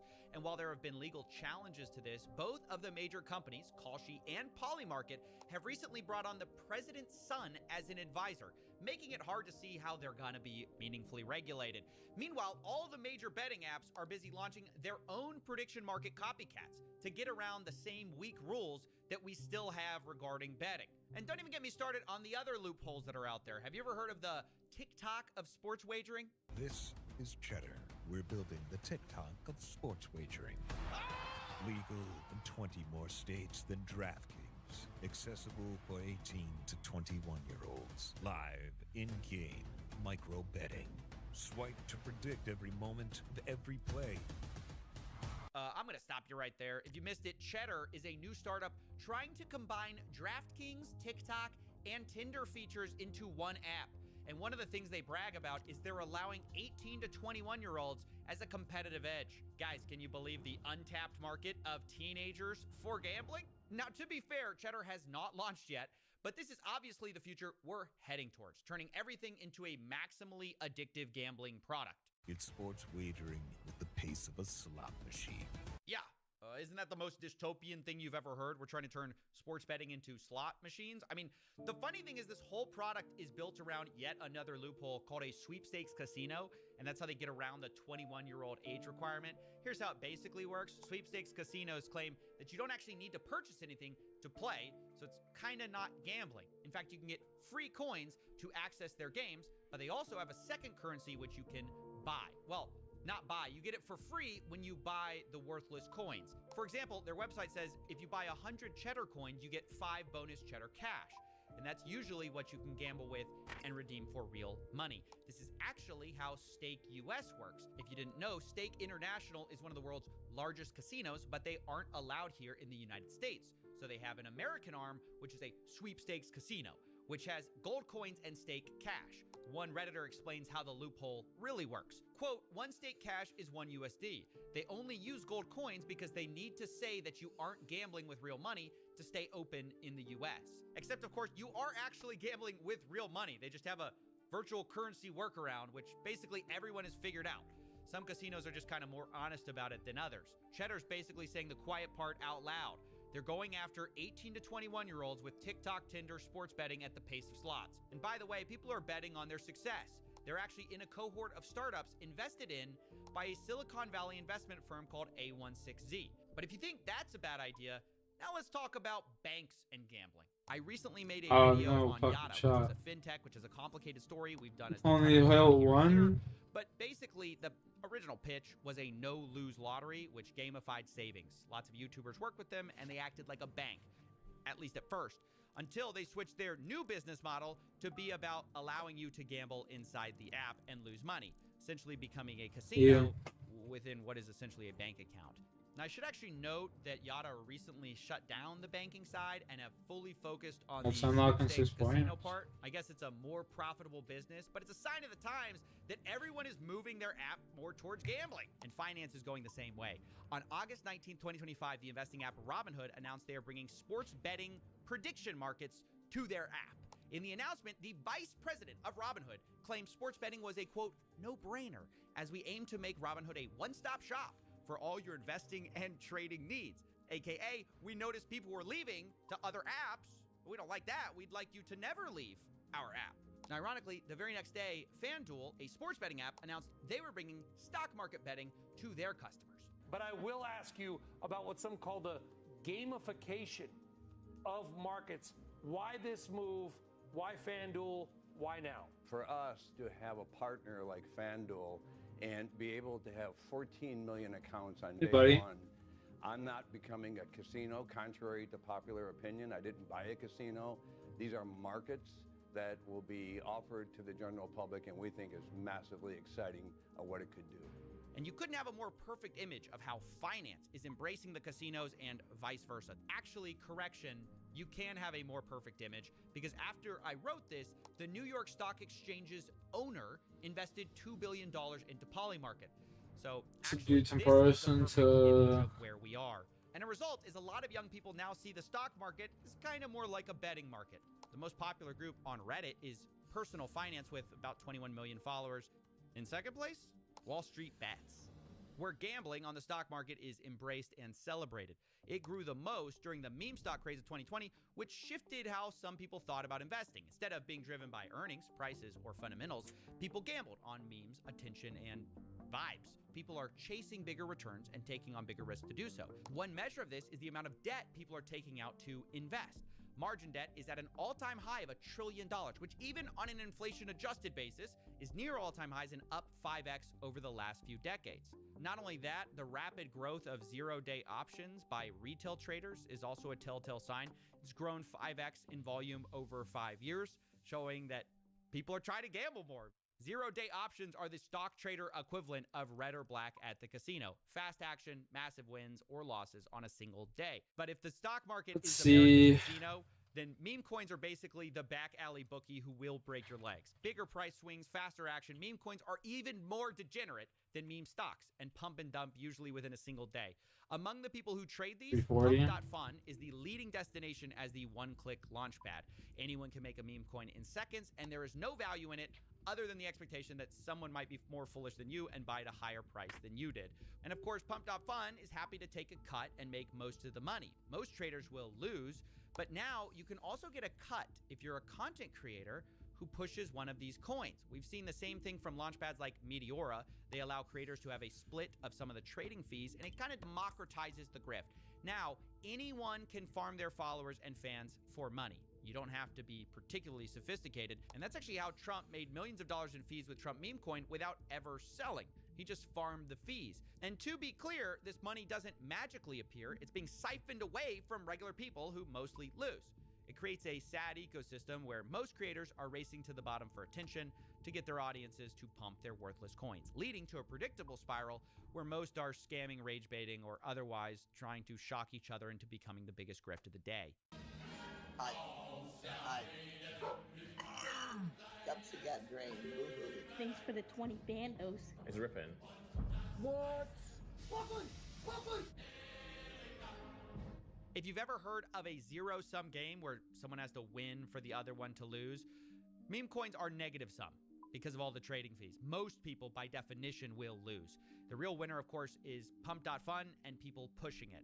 According to one analysis, they've generated revenues of over $800 million for themselves, while almost none of the traders have made significant profits. That's crazy. According to one analysis, 0.4% of all traders will ever make over $10,000. So almost no one. And look, the reason we're going through all of this is to explain the many ways that gambling is no longer just about slots, cards, brick and mortar casinos. We've injected it into every conceivable aspect of our lives, and that has two effects. One, it's inescapable. You cannot avoid gambling by avoiding Vegas anymore. It's literally everywhere. And then two, it's also harder to understand and study because most researchers are studying like casinos, sports betting, but so much of gambling is not that anymore. So as we get to the numbers of this stuff, remember, everything's going to be an undercount. But it is still important to talk about those casinos, and that's where we're going to shift now. Starting with the biggest trend that has happened for these casinos, and number two on our reason, which is sports gambling becoming legalized. Rewind the clocks for a second back to 2018 when the Supreme Court overturned a federal ban. At the time, basically, you could only sports bet in Nevada. But after this, you can see in a few years, we've completely flipped on the issue. Most states now allow sports betting.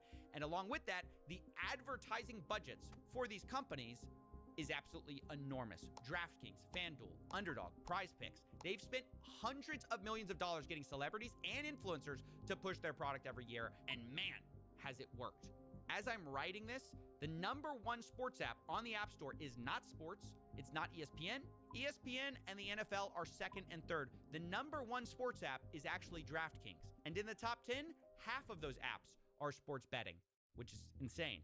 There are two reasons for this. Obviously, one, hundreds of millions in advertising, but the second is what are called inducements, which is when these apps will incentivize players to download them and place a bet, sometimes literally offering what seems like free money. It's got an NFL offer. Don't play with me. Just turned $5 into $150 in bonus bets. New customers bet $5, get $300 in bonus bets if you win. New customers get risk-free bets up to $2,000.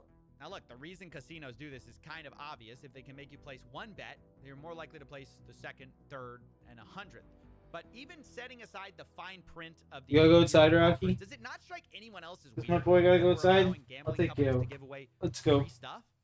Imagine Let's the go, little cigarette man. industry told you, buy your first pack, get 50 free packs free to get you started.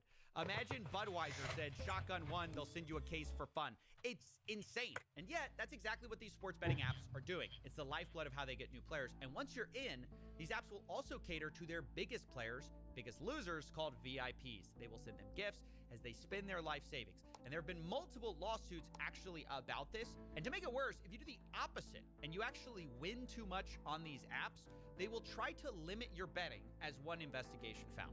If you show any real ability to effectively handicap a game and beat the sportsbook, they will limit your bets and essentially kick you out of the sportsbook. They will not let you win. Can you talk to me a little bit about how sportsbooks treat you once you start winning? They don't want to accept your bets. Yeah, it turns out the casinos actually hate the exact player that's featured in all of their advertisements, the guy who actually wins too much money. Which is actually so crooked when you think about it, that if you're one of the few people who achieves what they're promoting, they actually don't want you. Now, as I was writing this story, another massive scandal actually broke in the sports betting world, which is even more corrupt than not allowing winners. But as you now know, individuals such as Chauncey Billups, Damon Jones, and Terry Rozier were taken into custody today. Former, current NBA players and coaches. What you don't know is that this is an illegal gambling operation and sports rigging operation that spanned the course of years. That's right, the FBI just exposed a massive sports rigging scheme that was using these apps to win money on rigged basketball games. One example of this was March 23rd, 2023, when an NBA player, Terry Rozier, told a friend ahead of time that he was going to go out early on a foot injury. And so that night, $200,000 in bets were placed on his underperformance because no one else knew that he was injured. And a few minutes after Terry kind of limping around, he left the game and the bets paid off. A few days later, Terry Rozier and his friend allegedly counted the money at his house from the fraudulent wagering scheme. And this was one of several rigged games the FBI alleged, but the media was quick to point out this isn't even the first time someone was caught doing something like this. Jonte Porter, who played for the Toronto Raptors, has already pled guilty. He's already pled guilty. He's awaiting sentencing for doing just what Rozier and Jones are accused of. So this train has already left the station, Laura. And I have to tell you, when Jeff Teague, an NBA player, says, oh, there's betting everywhere, it is everywhere. I've done ads for DraftKings. LeBron James has done ads for DraftKings. In fact, ESPN, when they were reporting this story this morning, they're having programming, people talking just like you and me, talking about this scandal on the press conference the FBI was giving. And underneath them on the ticker was an ad for ESPN Bet, which is ESPN's own sportsbook. Yeah, the irony of all of this is that the same people who condemn illegal betting going on are simultaneously pushing the sports books, which create the opportunity. And at some point, the producers on ESPN actually noticed it, and see if you can spot the moment they try to fix the sportsbook ad in the corner. You hear a lot about legal sports gambling on this show. The Bussin' Boys, obviously sports gambling is a huge part of what you do, so we put those all out there as a preamble because it might be in the back of people's minds, and we acknowledge that this is a different time and place. However, there is a fine line, not so fine, there is a bold line that obviously has to be drawn. Well, that's a little awkward. You're actually supposed to remove the ad for sports betting before talking about sports rigging. And honestly, we've only hit the tip of the iceberg here because we've since learned these professional leagues are useless at catching this stuff. Turns out the NBA already investigated Terry Rozier before the FBI indictment for that exact game, and they cleared him because the NBA commissioner said there was insufficient evidence. Ultimately concluded that there was insufficient evidence despite that aberrational behavior to move forward. Right. So even with aberrational activity, they had the right game, the right guy, and the NBA couldn't find enough evidence. I mean, the more money that goes into sports betting, the more this will be a problem, and the leagues are clearly not equipped to handle it. But people just look the other way because the money's too good. And I want to now address the size of these betting markets because they're absolutely enormous in ways most people don't understand. And to get our heads around it, we're going to look at some survey numbers. One study estimates that 22% of all Americans and almost half of men my age have an online sports betting account. Another estimates that 1 in 4 people have placed a bet on sports and 1 in 5 have placed a bet in the last year. Like with all surveys, there's margins of error here, but the data mostly agrees. Sports betting is very widespread and extremely popular among young men. And for the ones who get addicted, it's financially devastating.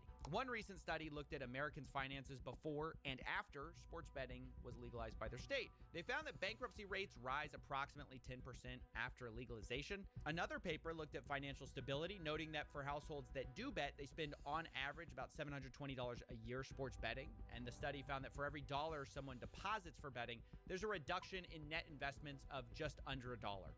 As people gamble more, they invest less, which means their financial future is worse. Makes sense. But this is especially true of problem gamblers or gambling addicts. To be clear, this is not something that affects all gamblers. Roughly 1% of the world population suffers from this. It's more common among people who bet regularly and bet online, two of the things that sports gambling encourages. Problem gambling completely obliterates people's finances and affects more than just the gambler, because as they beg, borrow, or steal to continue their addiction, they affect everyone around them. And I do mean steal. Roughly half of gambling addicts will commit a crime, and most of those crimes are to continue gambling, often leading to a spiral where the addict doesn't see a way out, which is why problem gambling has one of the highest suicide rates of any substance addictions. Full stop. I don't get it. You know none of this matters, right? Yeah. You've tried this before with RuBet, CS2, and it did nothing. Yep. No, literally, I mean nothing. Absolute silence. All the moralizing, the anti-gambling. You're wasting your time. Yeah.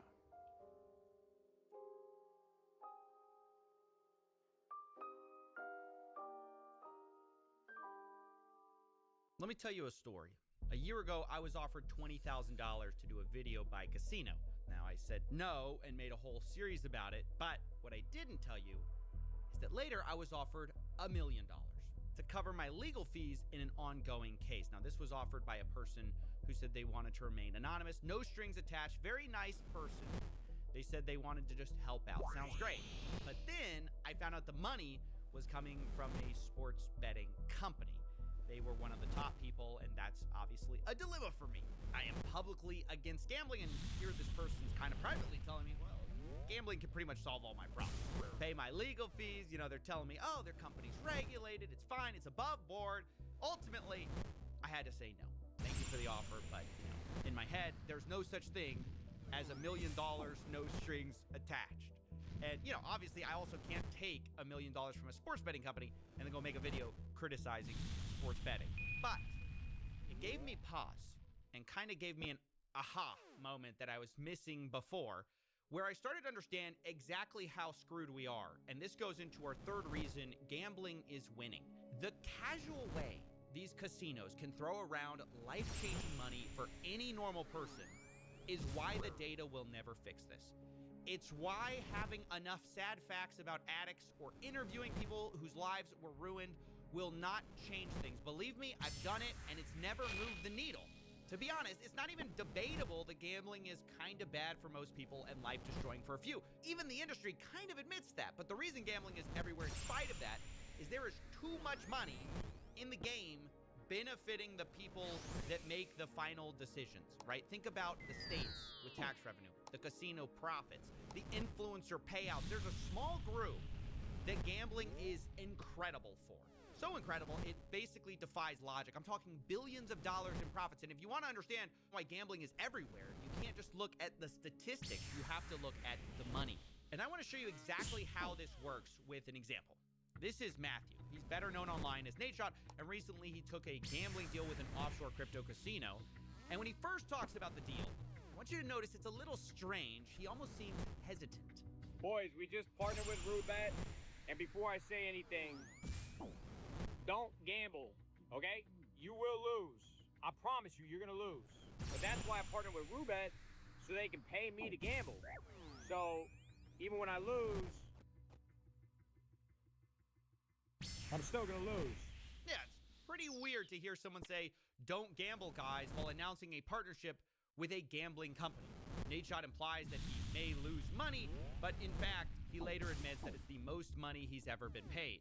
This is the biggest partnership that I've had in my entire career. No, instead I think the hesitancy, the weirdness of this video is because Nadeshot knows pushing gambling is kind of bad for people. He said so in a podcast a couple years ago. I definitely think that people streaming on Twitch, all the crypto betting, certainly incentivizes younger kids to be more interested in crypto gambling. Like, I know personally people that should not have been gambling online, but because it's so easy to gamble with crypto, they did it when they could not afford to do it, and it has not worked out well for them. Right. Nadeshot knows personally it's bad. But for the reason why he's doing it anyways, just fast forward 2 minutes in the podcast and we find out, because the host asks, a hypothetical. What if someone offered Nadeshot $100 million to promote gambling? And well, let's just say his tone changed. I ain't turning down $100 million, bro. You got me fucked up, brother. I'll go on there and I will crypto gamble 24/7, dude. At that point, man, it's the parents' fault. Hey, I'm just working over here. You're gonna pay me more than LeBron? Brother, I would be lighting up, cash on fire, gambling crypto. I would sell my soul for 100 M's. Are you fucking kidding me, dude? We should clip this. We should send this over to Kick. I won't sleep. I will be your workhorse. You want me to pump blue chews and crypto gambling? I will do it all. You got me fucked up. Them kids, dude. Fuck them kids. Look, I'm just gonna say, you can say he's wrong for saying that, he's a bad person for saying that, but the reality is, this is why gambling is winning. The casinos have so much money, they are buying people's souls. Even people who kind of admit gambling's kind of bad. Put enough money on the table, and Nadeshot says, hey, fuck them kids. And by the way, speaking of fucking them kids, let's talk about... It's crazy. W's in the shot. It isn't just streamers or influencers taking deals. It's the biggest rapper on the planet. He signed a reported $100 million deal recently with Stake, the crypto casino, which is wild. There's really no endorsement deals. 5 extra cannonballs? Yeah. Those kind of numbers. And just like Nadeshot, Drake wants you to know that, even though he's taking the money, gambling isn't for everyone. Recently, he posted an $8 million loss, saying, gotta share the other side of gambling. Now, maybe some of you think that's brave, but to me, I see that and go, Drake, that is the only side of gambling for most people. If any normal person lost $8 million, their life is over and their legs are broken. You're the only one with another side to this whole thing.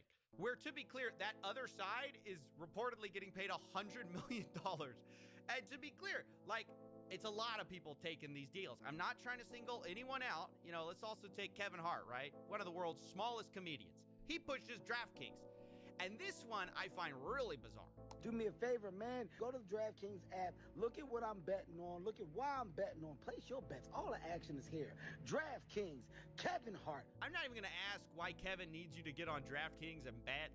The fact is he's worth a reported $450 million. 45, the real that's thing crazy. I find so gross about this is that Kevin Hart has gone on podcasts and talked about the need for financial literacy. He talked about this on Joe Rogan. All these celebrities are grifters? Yeah, agreed. His knowledge. They'd sell their own kid for a fucking $1 million. Debt is welcomed because it's celebrated. That's all we know. The knowledge isn't given. So it's not till you obtain that knowledge and understanding that you go, oh, this is why you put money up. This is how you increase versus decrease. Oh, this is how you earn on your money. Oh, wow. I can gain wealth by investing in what? The stock world is what? How many people partake in the stock world? And is there a part that isn't necessarily gambling? Is there a low risk part? The information isn't there. Yeah, Kev, maybe the information isn't there on the stock market part, which isn't gambling, because you're too busy telling them about actual gambling. Understand that Kevin Hart is not just a guy who sometimes talks about it on podcasts either. He has a whole partnership, an actual partnership with Chase Bank, where they ran a campaign to improve financial literacy. But then Kevin goes on the side and he's pushing DraftKings, which preys on people's financial illiteracy. And while we're talking about small Money, with brother. big bank accounts, let's talk about Joe Rogan too. And listen, I'm not trying to be high and mighty with all this stuff. I know it sounds a bit like that, but believe me, I am eye level with these guys, okay? I'm very short too. You can't tell behind the $10 million studio desk, but no offense is intended here. We got to discuss, though, how the biggest comedians in the world, biggest, smallest comedians, are pushing DraftKings. Didn't Joe get a $250 million deal from Spotify? I didn't realize before this video, like, how many gambling ads he has been running recently. In the month of September alone, there were 11 DraftKings ads in 14 videos. And with Joe especially, it's weird because he's the guy who rants against Big Pharma's manipulative advertising. If you can advertise, you can manipulate people and change their opinion based on theatrics. So many. Everyone gets a free bet. We all want to win. Hey, let's win together. You know what to do. You have music and people dancing and holding hands and spinning around in a wheat field. Like, that is so manipulative. And we are subject to manipulation. And when it's something that is so important, like making critical health decisions, there's so many of these commercials. Like, so many 5% chance to receive an easy clue. Goddamn drug commercials are there? Oh, it's for the first hill. Oh, okay, I got you. I was gonna say. The exact same thing about how gambling is pushed. Casinos are also manipulative. They don't advertise the actual reality where people lose. Instead, they say things like winning, cashing in, opportunity. And Joe Rogan's a part of that. Every game is another chance to cash in. Don't just watch the action, win with it. Every snap is loaded with opportunity. That is just as manipulative as pharma ads pushing pills that may end up addicting you. In both cases, the collateral damage are the addicts we created along the way. And I guess I have to ask, maybe people think, oh, one's worse than the other. Is there that much of a difference between a drug addict and a gambling addict? No, really, I'm asking. It's like if you see the drug addict, you see him, he's shooting up or whatever it is, and you see him fainting, you go, oh, that poor bastard. But when you see a guy who's fully in the grips of gambling, trying to figure out how to get his money back, and he's all jazzed up with adrenaline, he doesn't understand why. It's just like cocaine, it's just like drug abuse, it's just like the opiate problem, it's just like anything else. It could you and I both know people who have lost their lives gambling, okay? You've seen people in pool halls. You see how they get, Joe Rogan. Yeah. There's no difference in the drug addict and the gambling addict. No Not difference. At all. No difference. So there is no difference. Then why do we shake our head at the Sackler family and pharmaceutical execs who push pills that ruin people's lives, but somehow nobody cares we're doing a very similar thing with gambling? At every level of society, we are shoving this down people's throats. And it's not that I mind if people gamble individually, but we are pushing it on people who otherwise would not have done it, because everything is gambling now, from sports to entertainment to investing. It is totally inescapable. I only go to the casino once in a while, and they'll play hands of blackjack. To their bank accounts. I don't know exactly how this is going to end, but it doesn't take a genius to see where it's going to lead. Gambling is going to be a much Few hands of blackjack, that's it. I either win or I lose. And the saddest part is, there's no amount of data or facts that I can give you that's going to stop that. There's just too much money at stake.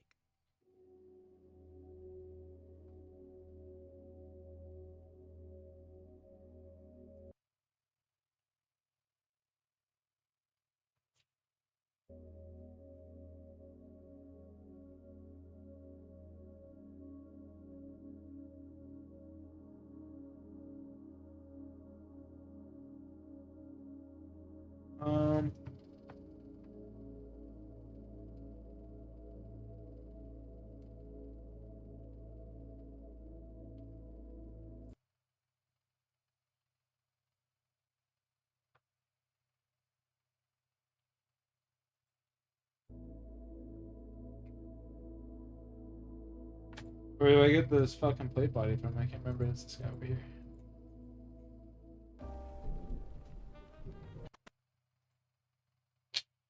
Choink. Thanks, buddy. Twilight Temple. Go get me that saw and some teak planks and then some nails. Make this fucking stash unit.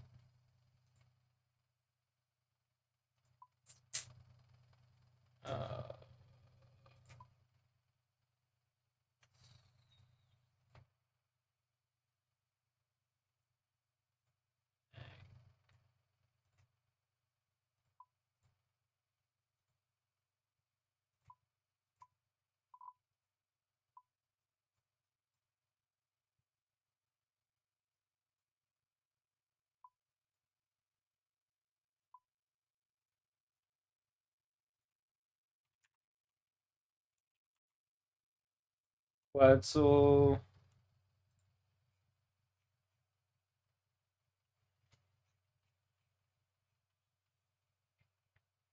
Bill, where is it? Not that one. Okay, it's up there. Right here. How do I build that shit? What do I need?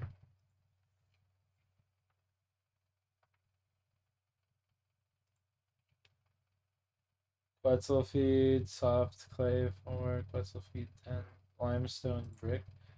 Where do I get the limestone brick? Ortania, right? I think. Keldergrim? Really? I mean...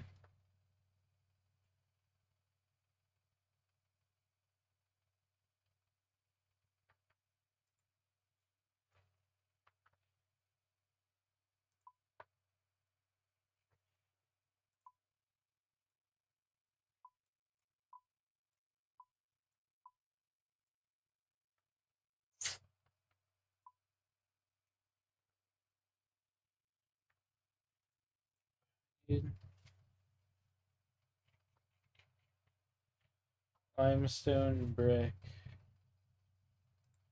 3 of these, right? 3.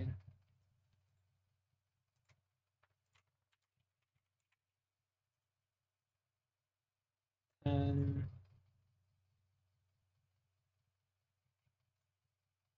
bank that, bank that.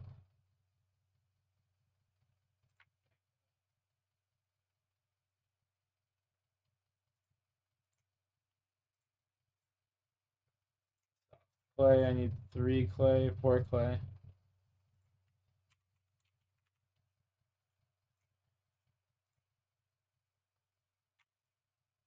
And then the bricks.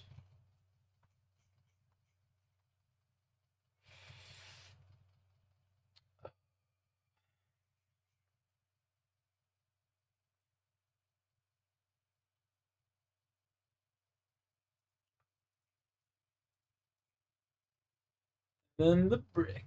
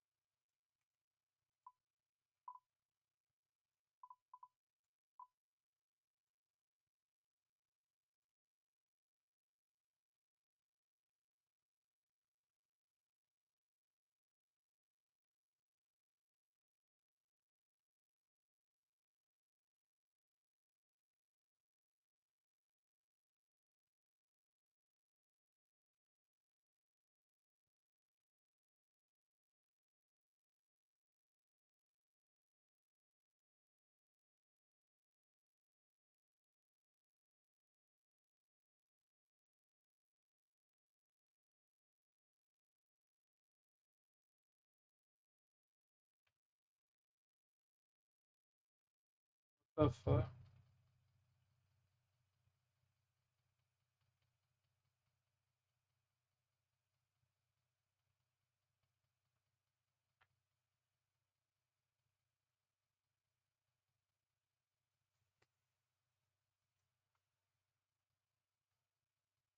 That's fucked.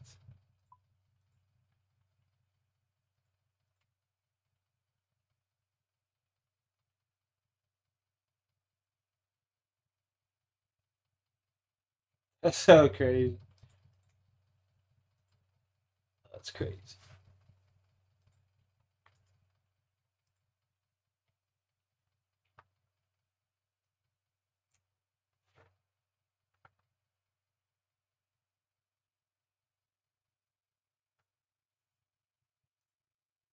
All right, what else we got, little Eldo? Hey, Stavi, it's Trevor, and hello to guests as well. So I've been with my current girlfriend for just about 5 years, going on to 6 now. Okay.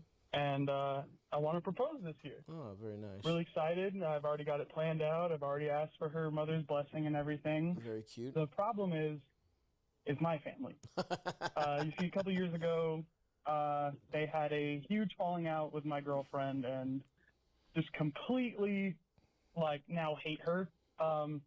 What had happened is my sister, the psycho crazy bitch, was on multiple medications for anger issues and bipolar shit. We got in a fist fight. Pepper sprayed me. Fist fight I went to jail. with your All that sister? shit for a day. Well, my girlfriend, who comes from a more, I guess, preppy upbringing, this. a lot more, a lot. Preppy. She comes from a background he would consider not getting maced by your sister. Prep. She shopped at Aeropostale. Not that her family wasn't abusive. Anyway, keep going.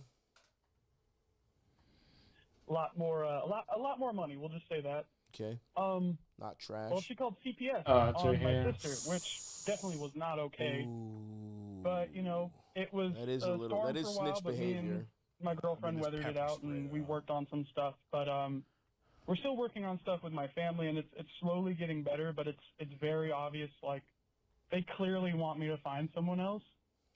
And I'm just wondering, I need your advice on how, when I do propose this year, that's just the plan, how do I talk to my mom about that? How do I tell my mom and my sister that we're now engaged? Because I feel like the reaction is definitely not going to be good. So yeah, I'm just really trying to figure out how to navigate that and figure that out.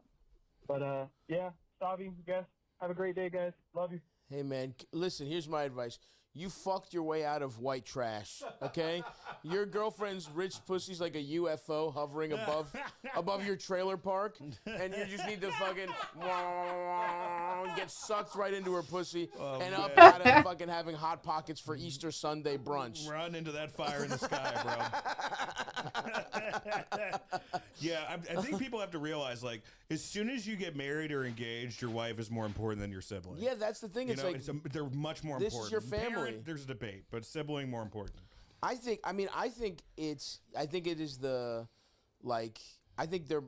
they're absolutely more important. And if you're fully committed, that's the thing.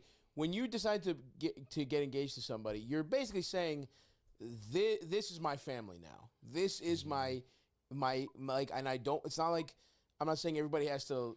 It's nice if you can stay close with your birth family, whatever you want to call it, your parents, your siblings, all that kind of stuff. And certainly, I think it's for the best if you kind of merge families. But that, even your mom, your dad, your sister, they become your extended family.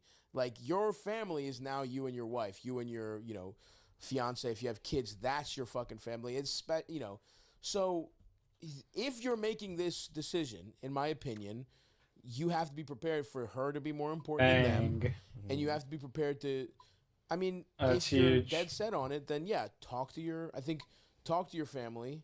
And if they're disrespectful about it, then you just have to, I think you have to draw a line of you have to behave a certain way to be around me and my wife or me and my fiance, or we just can't be together. I'm not coming and visiting anymore. We can't have, There's plenty of people who don't talk to their families anymore. You know what I mean? And you have to be. I'm not coming for the white elephant Christmas, the Christmas gift exchange where it's every single one is a pack of Marlboro Reds. I'm not coming to that anymore. Everyone, so yeah, dude. Now her calling CPS, that is snitch white lady behavior. I agree. To call it on for her kids, for a fight you guys had. as someone who is poor, that is fucked up. Did she apologize? Like, that's the other thing. Like, you fought your sister. You ended up in jail. Did she end up in jail too? Like, was it one of those where did you do something wrong? Has your girl apologized for calling the cops on your sister? Like, is there something you think you can do to make amends? Make it. Do your part. Do everything you feel like you should do, whatever you were in the wrong for, make up for it, and then have a conversation with your family and be like, this is the decision. I love this person more than anything. Here, and then like see how they take it, and I have a different take. I think you guys should fight again. Yeah. Whoever wins. Whoever wins. If you beat your sister's ass, you're allowed to marry this girl. Yeah, that's fair. You each select your own weapon. It's like they come out to the fucking John Wick. Yeah. And she sets the terms. She's like, we will be fighting with maces. And you fucking twirling a fucking mace. I picked the wrong mace. Yeah.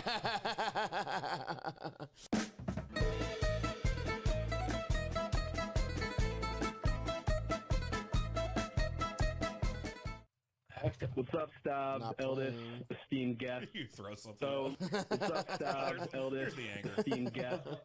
So, a little context before I get into the meat of this situation. But essentially, me and my college buddies, it's been a couple years since we graduated, kind of went our own ways, drifted apart a little bit, live in different cities, until my one friend started inviting us to his family gatherings, his beach house, and stuff like that. Okay. And so, give us a good little opportunity to all touch base with each other, hang out, reconnect, all that good stuff. And it's been really fun and great. The thing is, we're 26, and me and his older sister kind of have had a little bit of a romantic vibe when we are all hanging out. Nothing's happened.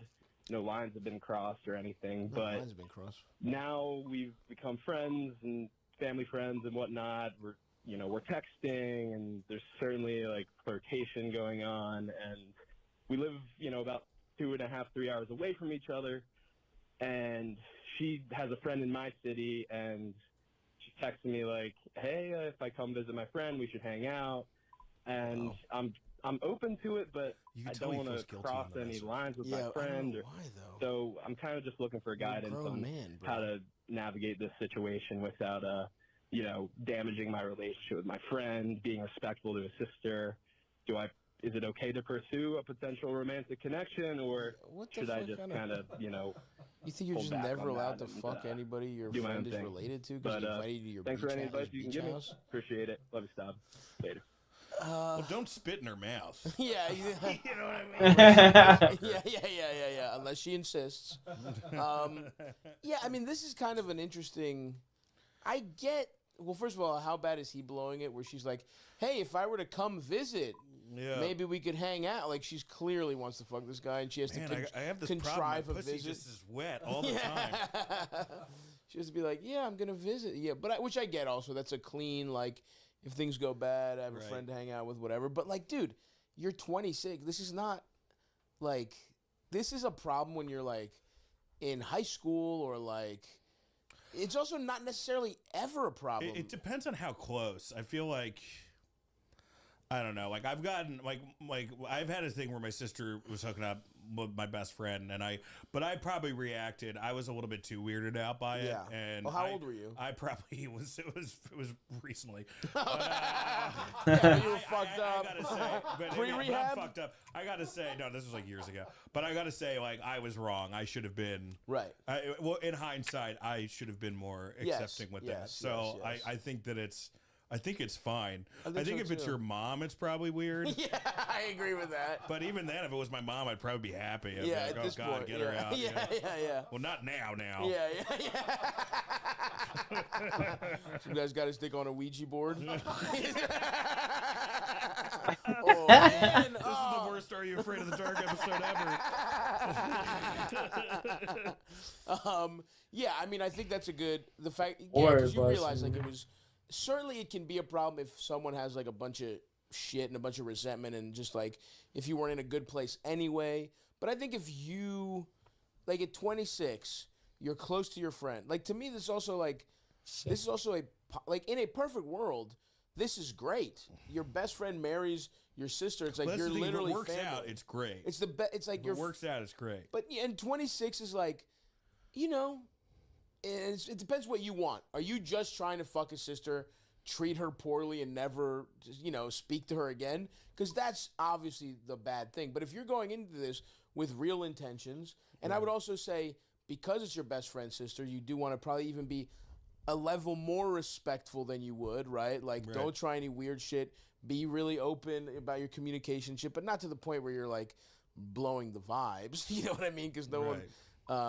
But you still want her to fuck you. Yeah, you still want her to want to fuck you. But yeah, dude, you're at the age where it's like this could put. I'm not gonna put any pressure on you here, but 26. You know, you're at the age where it could be something serious. Like if this was 20 or 21 or whatever, maybe that's different. But this is not a problem, I don't think at all. This is, I mean, maybe talk to your brother or your friend.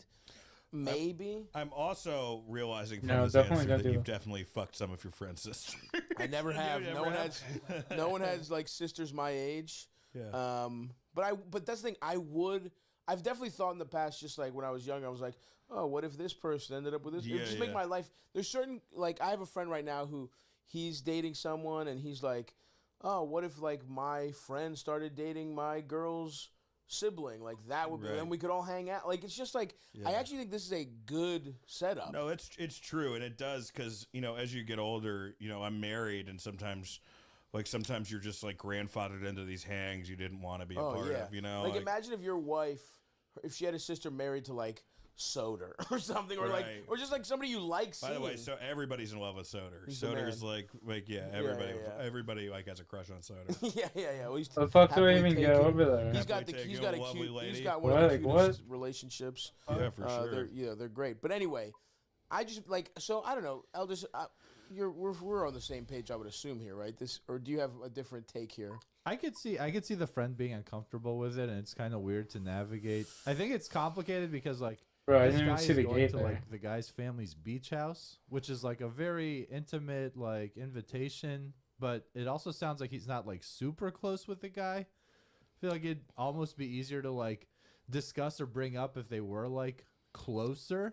But part of me is like, to me, I read this. I read the beach house thing differently though. I read it as like we were really close when we were younger, and we want a way to stay connected because you're important to me. So. I see what you're saying. It could. I guess what it really boils down to is the problem is like it's weird to be like, hey, dude, your sister's gonna be in town. I'm kind of interested. We're kind of flirting. Do you give a fuck if anything happens? It's just like presumptive to even ask your friend that like before the fact or something, you know. But at the same time, I mean, come on, she's coming to. You know, they're gonna hang out. Like I guess maybe after the first hangout. But even then, it's like, how close are they? The thing is, it's probably gonna happen. Yeah. In the first, because this isn't a first hangout. Right, you're right. They've known each other. This is not a first hangout. Yeah, he knows what's up. I guess what it boils down to for me is only pursue this if you're actually serious about it. That's really what it boils down to. I think that's very true. You know, because it's like even if you're like, I'm trying to have, don't look at it as a potential like, oh, if we hook up for 6 months, you know, and I just softly ghost her, who cares? No, like you have to actually because of your friendship, like you just want to actually give this a little, make this. It's like the difference between when you're on trial for civil versus like OJ was found innocent because there's a lax standard of proof. There's a lower standard of proof in like criminal court, right? You have to prove beyond the reasonable doubt. Whereas like civil court, it's like, is it more likely than not? So you have to apply. He did a terrible job at that civil court. Yeah, like, his personality really shone through. Yeah. He should have shown up as Naked Gun OJ, and he showed up as Heisman OJ. Yeah. He thought he was untouchable. Yeah. So basically, it has to be beyond the reasonable doubt. It's criminal rules. It's harder to prove here. So it's like, do you really want to take this seriously? And then in terms of telling your friend, I mean, if you think there's real vibes, you can check the temperature a little bit.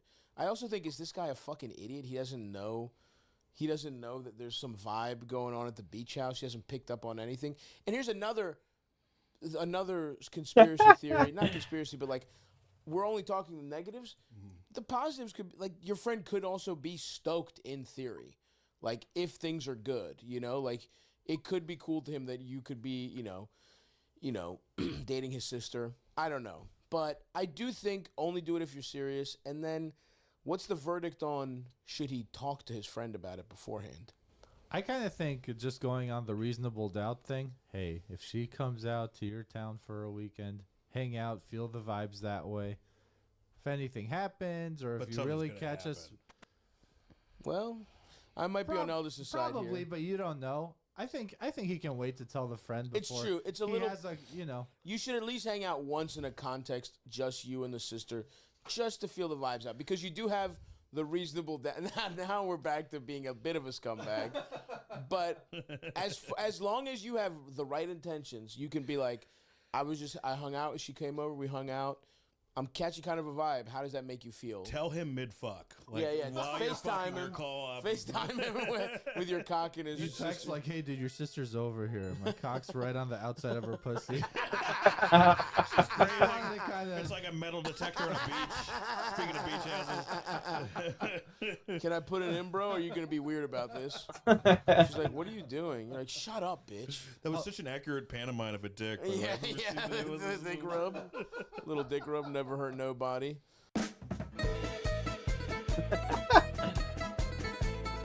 Oh, that's funny as fuck, dude.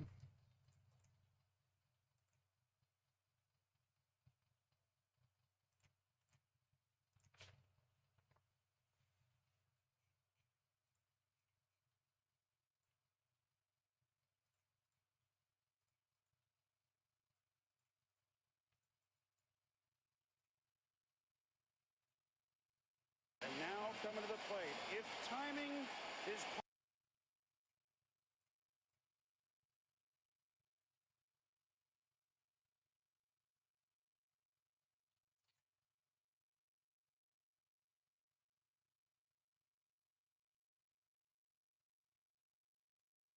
With a career ERA under 2, Paul Skeens is the greatest pitcher of all time.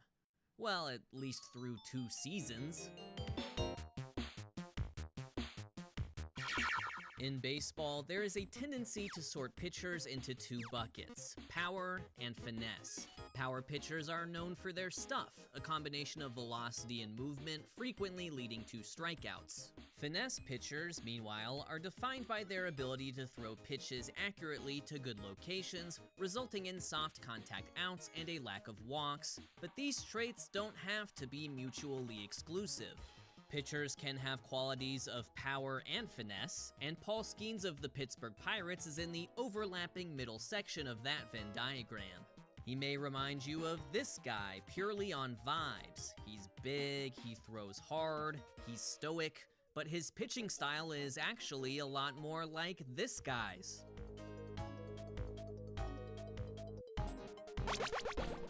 You know what's fun to watch? Catcher puts his glove down. Hey, big fella, throw it over here. Big fella throws it right on in there. Get ready for it. The catcher glove point and head nod combo. The greatest piece of feedback a pitcher can receive. They'd love to throw it on target with every pitch, receiving copious point head nods in the process, but the average miss distance in MLB is about a foot. So nobody can be perfectly accurate at a high rate, except for Greg Maddux, of course, as we'll discuss later on. But for now, the median qualified big league hitter in 2025 is 6 feet tall. The ideal male body, it turns out, is Jorge Polanco sized. His strike zone is 2 feet 3 inches in height, home plate is 17 inches wide, so pitchers are, on average, trying to locate in and around a box just over 3 square feet in area. But what about a specific spot? Paul Skeens likes to throw his 94-mile-per-hour splitter, affectionately known as the Splinker, here, attack zone 17. Tailing low and away from lefties and down and in on righties. Turns out he's not the only one. Hitters had a sub-200 on base and slug on zone 17 splitters in 2025. It's a box within a box about 7 inches wide and 9 inches tall, so the average miss distance of a foot isn't precise enough to land in here consistently. Not to mention the fact that splitters are difficult to command. The low spin variants tend to knuckle, a problem solved by the consistent firmness of the Skeen Splinker. And by golly, he splinked that thing right in there 11% of the time from 60 feet 6 inches away, more than any other right-handed splitter. Hang on, Yoshinobu Yamamoto. 6 inches away, more than That's who we're playing. I want to fucking see that. Damn, brother, Yoshinobu Yamamoto. So he's throwing 10%. That's why we're looking like scumbags out there. Iron Med Helm, Emerald Ring, White Apron. Let's see here. If I don't have an Emerald or White Apron, I'm not doing it. No White Apron. Womp womp. That's a dropped clue.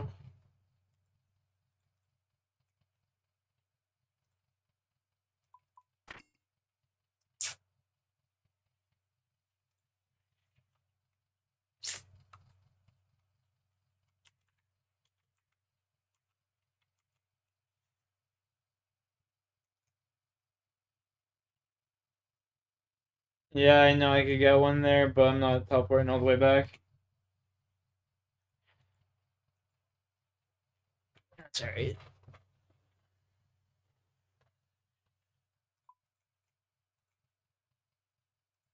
I wanted to see if I had one in my fucking bank ski. If I did, I would have,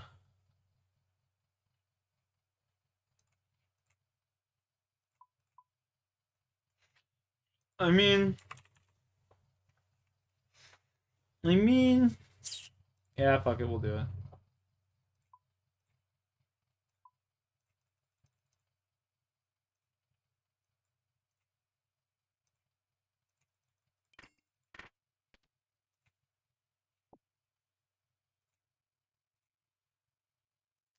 We'll do it. We already started this bitch. Might as well finish it, right?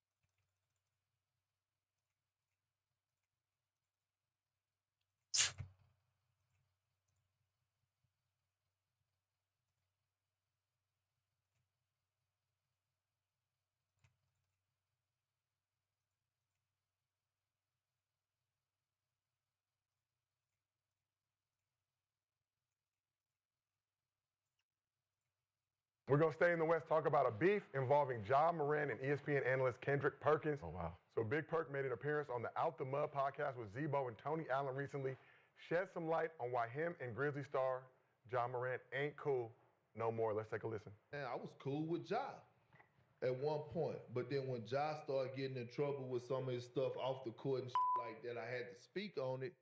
Me and Ja don't really with me no more on that. Yeah. I'm just gonna hide my glory. Bro, I was the one that was praising Ja. I was the one that said, hey, man, I came out and said, hey, look, we could redo that draft. Ja should have went #1 and not Zion. All of a sudden, Disney bosses hearing me out. And we go do an all access, bro. We down in Memphis, shining light on you. ESPN don't never do that shit. For sure. We're knowing you the next chosen one. And you up, guess what? Not only do that make you look bad, that make me look bad. Because they recognized you because of me speaking highly of you. It ain't no coincidence that you went from having 3 games on ESPN national television that you had 52. So very interesting words there from Big Perk. So after seeing the clip, Ja quoted the Give me post something and good. this response. I play He body. said, you the reason for my notoriety, Perk? Come on, dog. You showing them why I don't F with you. Yo kind. You. I made you. Well, God created you. I helped. I helped. So for context, Ja, 2-time All-Star, made second-team All-NBA back in 2022 when he finished 7th in MVP voting after averaging 27, 7 assists, and 6 boards in his 3rd NBA season. Past 2 seasons, though, only played a total of 59 games, dealing with injuries and suspensions.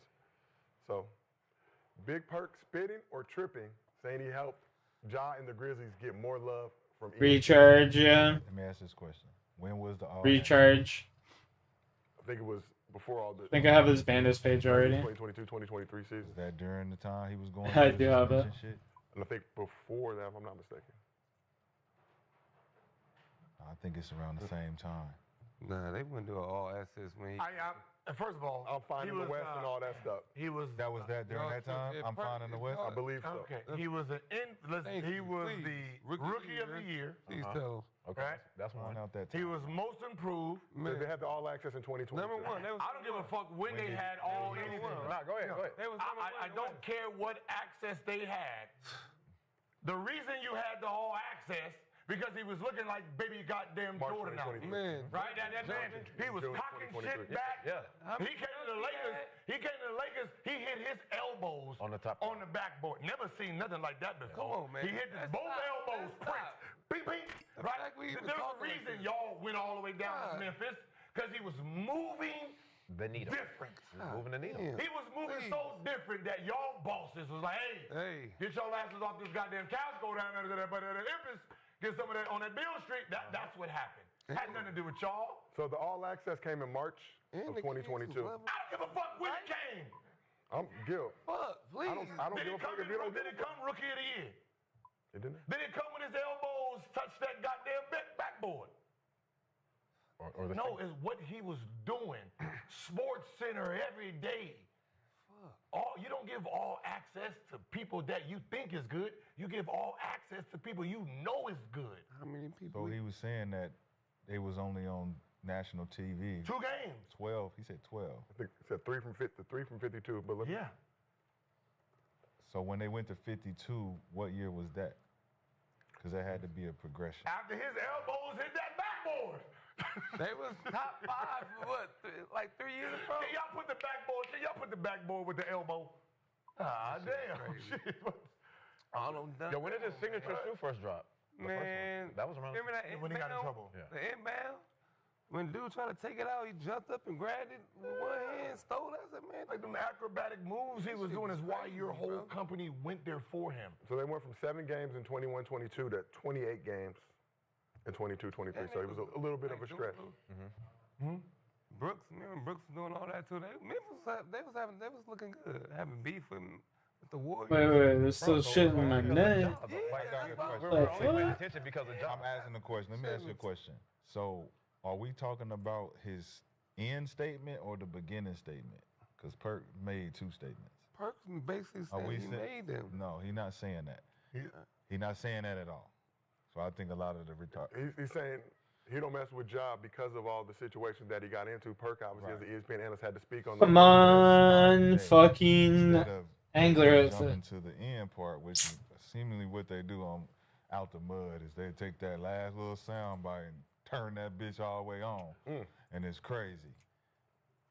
But I'm looking at what he's saying originally, which is they don't fuck with each other based on Kendrick Perkins having to do his job and having to separate their friendship. So if that's what we talking about, I understand what Perk talking about. But the other side, I don't agree. I don't agree with that. I don't agree with the whole, he might have said some shit.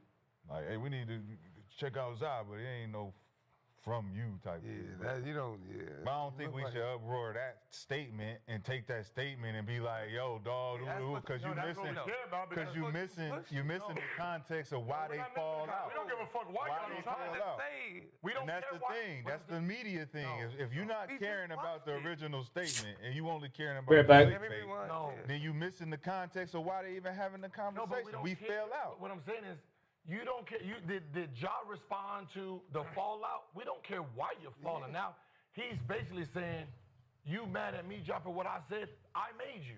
No, that's not what he's saying. No, that's an interpretation for motherfuckers who don't want to listen to what he said originally. We fell out because I got to keep it real on the topics they asked me about you when you doing this bullshit. Okay. Did he stop there? Or did he continue to say some shit that just...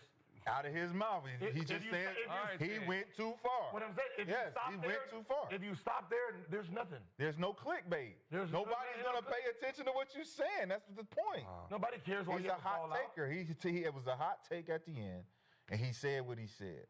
That's the clickbait. That's the take. Oh, we're gonna take that. Hey, you saying you made job? Woo, Not woo, woo. clickbait. He But- said it.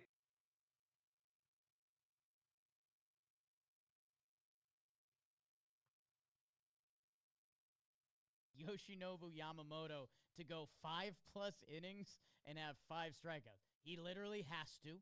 It's like a requirement. DK bet the cycle. That's right, people. That is the easiest bet you're ever going to have right there. He has to go over 5 innings pitched. I'm doing this because I'm an entertainer, okay? And I understand show business. And I understand, you know what baseball wants more than anything? Game 7. Yamamoto. Dodgers force a Game 7. Everyone's you-know-whats are super tight. Yoshinobu Yamamoto to go 5+ innings and have 5 strikeouts. He literally has to. It's like a requirement. DK bet the cycle. That's right, people. That is the easiest bet you're ever going to have right there. He has to.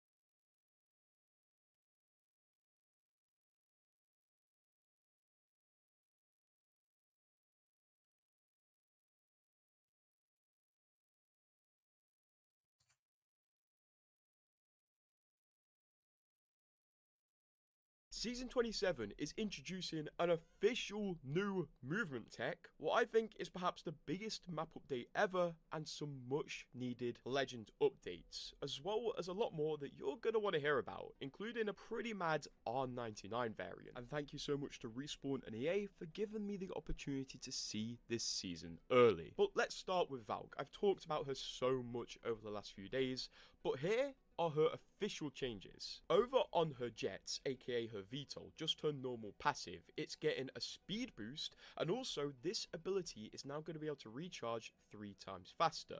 So when you touch down on the ground, you'll have your fuel back 3 times faster. Also, it does seem Respawn are adding a new dedicated button for passive movement abilities, so it seems now you're going to be able to spam jump on Valkyrie without deploying a jetpack if you don't want to. Over on Valkyrie's ultimate, Respawn are increasing the takeoff time, so you take off way faster from the ground, which is pretty solid. And over on her tactical missiles, Respawn are removing the self-damage from it and also the height restriction.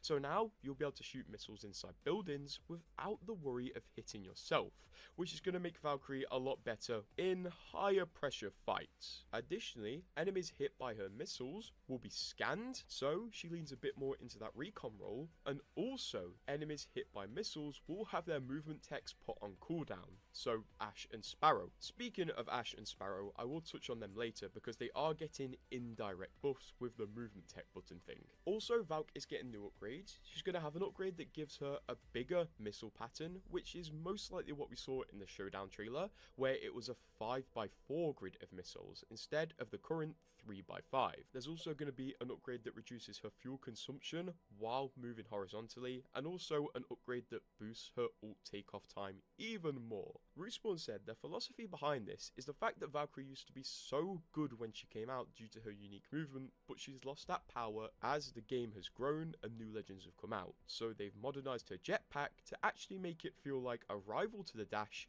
instead of just a worse version of the dash. Additionally, Respawn call the faster ult takeoff upgrade supersonic, so I really can't wait to see how fast this is. Also, the background gameplay is just for demonstration's sake, but the images shown on screen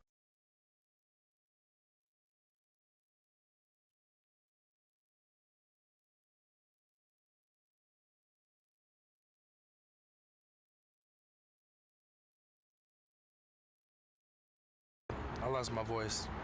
Over here at Tapatio, about to pull up and show me a new flavor. Fucking hate not having a voice. Yo, what's up, Johnny?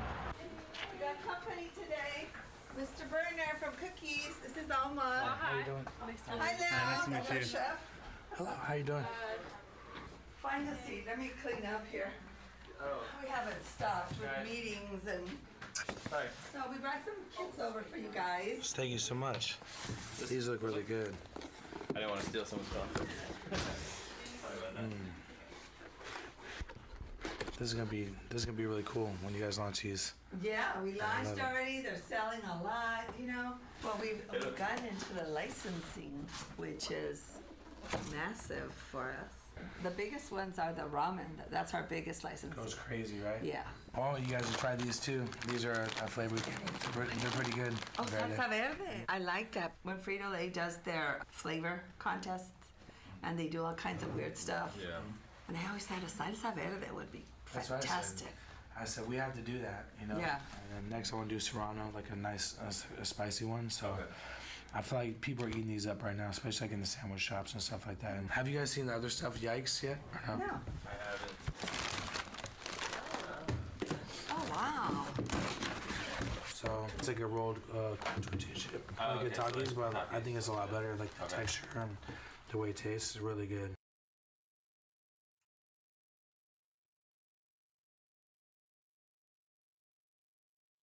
Exclamation point redeem space took.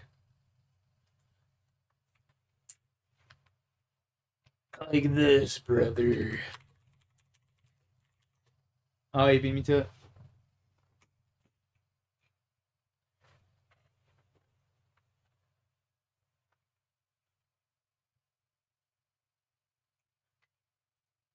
I guess I beat you to it. Bah.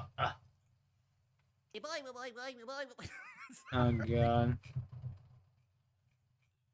Not watching that. That was fucking retarded. I think I took here in a second. I'm low-key just trying to find something decent to watch for the next half hour.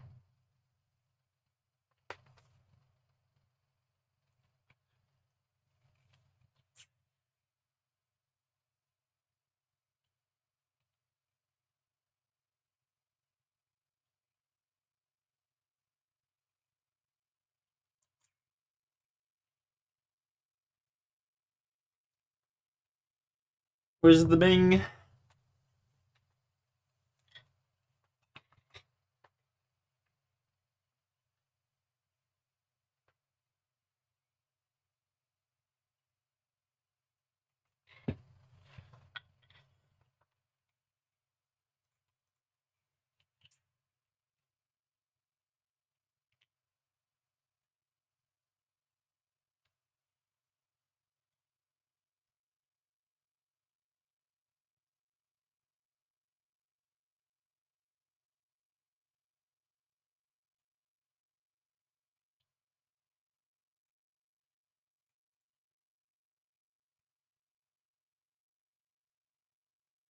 Cheers.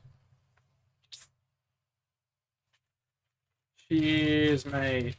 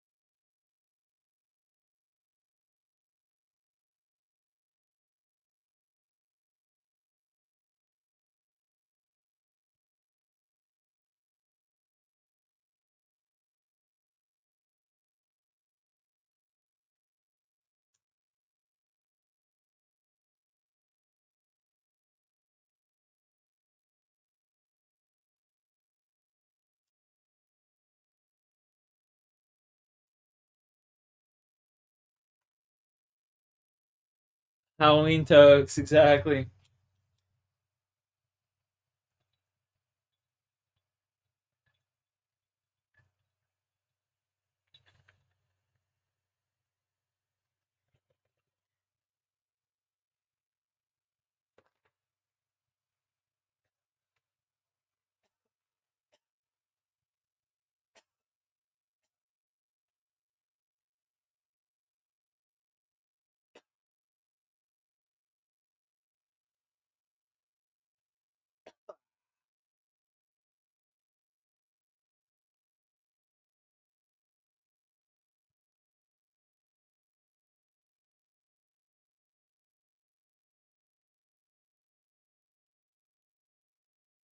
players who won't be back with their current club in 2026 non-free agent edition. So these are the players that either have options or have multiple years of control that I do not think will return. Leave your comments down below. Smash that like if you enjoy your time here, and let's get this thing started. Let's begin in Minnesota with Pablo Lopez. The Twins are obviously in rebuild mode coming off of this past trade deadline, and Pablo Lopez is owed roughly $22 million in the 2026 season and again Fuck, in dude, the imagine. 2027 season. What Rocky, is you're a the demon, point dude. of him being on this team? It makes all the sense in the world for the Minnesota Twins. I just to ripped the token, shed my dog that comes running in salary like, yo, this offseason let me with fucking 2 set off years the fire of alarm. control. Rip. Which teams would be in on Pablo Lopez? Well, another reason why I think Lopez gets dealt is there will be a rather healthy trade market for Pablo Lopez.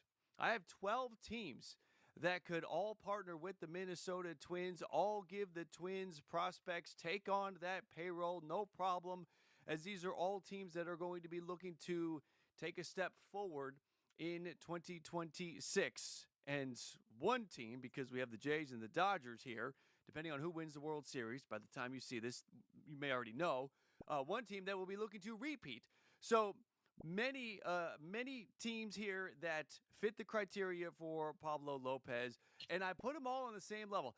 As we go through this video, when we have this situation, when we have 10 or more teams, I'll identify 3 that I really like. But when I look at these 12, I see them all on the same level when it comes to potential Pablo Lopez trade fit. Let's move on to St. Louis and Sonny Gray. Word is that Sonny Gray will, quote, definitely consider waiving his no-trade clause this offseason to make a trade happen. That came from the St. Louis Post-Dispatch about a month ago. So he's a goner. Of course he's definitely going to waive that no-trade clause. The Cardinals are going nowhere.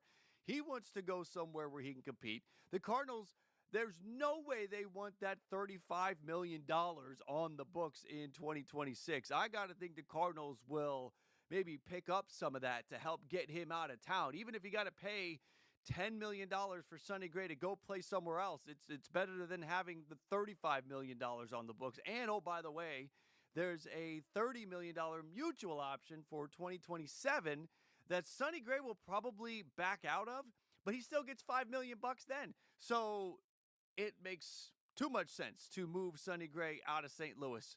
We can bring back the list of teams that we had for Pablo Lopez. But in this instance, I actually do see some teams that sort of stand out to me as potential favorites to land Sonny Gray. Let me put those 3 up. I'll highlight them. The Mets, the Padres, and the Giants. The Mets, it just feels like the short-term Dabs for Jesus. You seen that in the chat there, right eh? up their alley. The San Dabs Diego for Padres Jesus. are a good trade partner here. The Cardinals are going to be looking for prospects back, and that is what San Diego is going to be looking to part with. And the Padres have a lot of money tied up long-term. So a short-term deal could be more desirable than spending big in free agency and going long on someone. And the San Francisco Giants. I can highlight the Giants for all of these pitchers. I expect them to be very aggressive in the starting pitching market. Let's go to Jeff McNeil next. I think this is finally the year where the Mets can get out from underneath Jeff McNeil's contract because, well, it's almost over. Makes it a little bit easier to trade when he's almost done. $15.7 million is owed for this upcoming 2026 season, and then it's a club option for 2027 at $15.7. So if McNeil has a great bounce back year in 2026, great. Let's lock him in. We'll grab him for one more year. If he doesn't, $2 million is the buyout, and you're done with him. And there are some teams that could use the lefty bat, could use the depth, could use the versatility that Jeff McNeil would bring. I have 5 teams for Jeff McNeil. The Detroit Tigers, if Glaber leaves. The Angels having the veteran presence in that infield and a lefty bat has to be something they're looking for this offseason. Seattle to replace Polanco if he leaves. San Diego, you can move Cronenworth to first, and McNeil could be your second baseman with Seattle would be a Rise really good leaving and fit for Ryan him. Hearn leaving. And the San Francisco Giants, he would be an upgrade. Seattle would at be a second crazy base fit spot. for So him. a handful of teams, I If think he was enough on Seattle, for they would Mets beat to us. generate Like hands some down. trade interest, a He's trade that market, good. and get McNeil out of Queens. Let's go to, just speaking of the Padres, let's go to the Padres and Robert Suarez next. Suarez back in 2022 signed a 5-year, $46 million contract, but can opt out of the 2 remaining years at $8 million each, which is obviously something he's going to do. He could easily double that for this upcoming season. And when you think about San Diego's side of things, I mean, you got Mason Miller at the deadline. Do you need to have Miller and Suarez? Think about the financial situation in San Diego. Over the threshold again this past year, they went into that second tier. 2026 could be a chance for them to reset with Cease and Arise coming off the books. Next year, the first level of the CBT will be $244 million, and Fangraphs has an estimated payroll of $224, and that is with the options for King, Laureano, Diaz, and Hart all being picked up. Of those, I think Laureano is the only one that the Padres pick up. So that takes another $27 million off the books. So we're right around $197 million in projected payroll for next year, with $47 million to play with before you get to that first luxury tax threshold for 2026. Starting pitching and adding a bat will be a bigger need than the bullpen. Suarez is the only reliever of that group who can walk this offseason. So instead of taking $15 million or so and paying Suarez, I think they take their money and invest it elsewhere, and they let him walk and they do not bring him back. Which teams could be in for Suarez? I got 10 of them here that all could use to bolster the back of their bullpen. Teams that need a closer. There's a good market here for Robert Suarez to opt Wouldn't be out. surprised if the 3 fucking teams Yankees that get I him. have sort of established as my favorites for Robert Suarez. Give me the Mets, the Rangers, and the Braves. The Mets, because I expect Diaz to opt out and leave. Suarez would be, the best replacement I think you could ask for. For the Texas Rangers, they're going to be looking to restock their bullpen, and they need a closer. The Rangers are going to look to bounce back next year.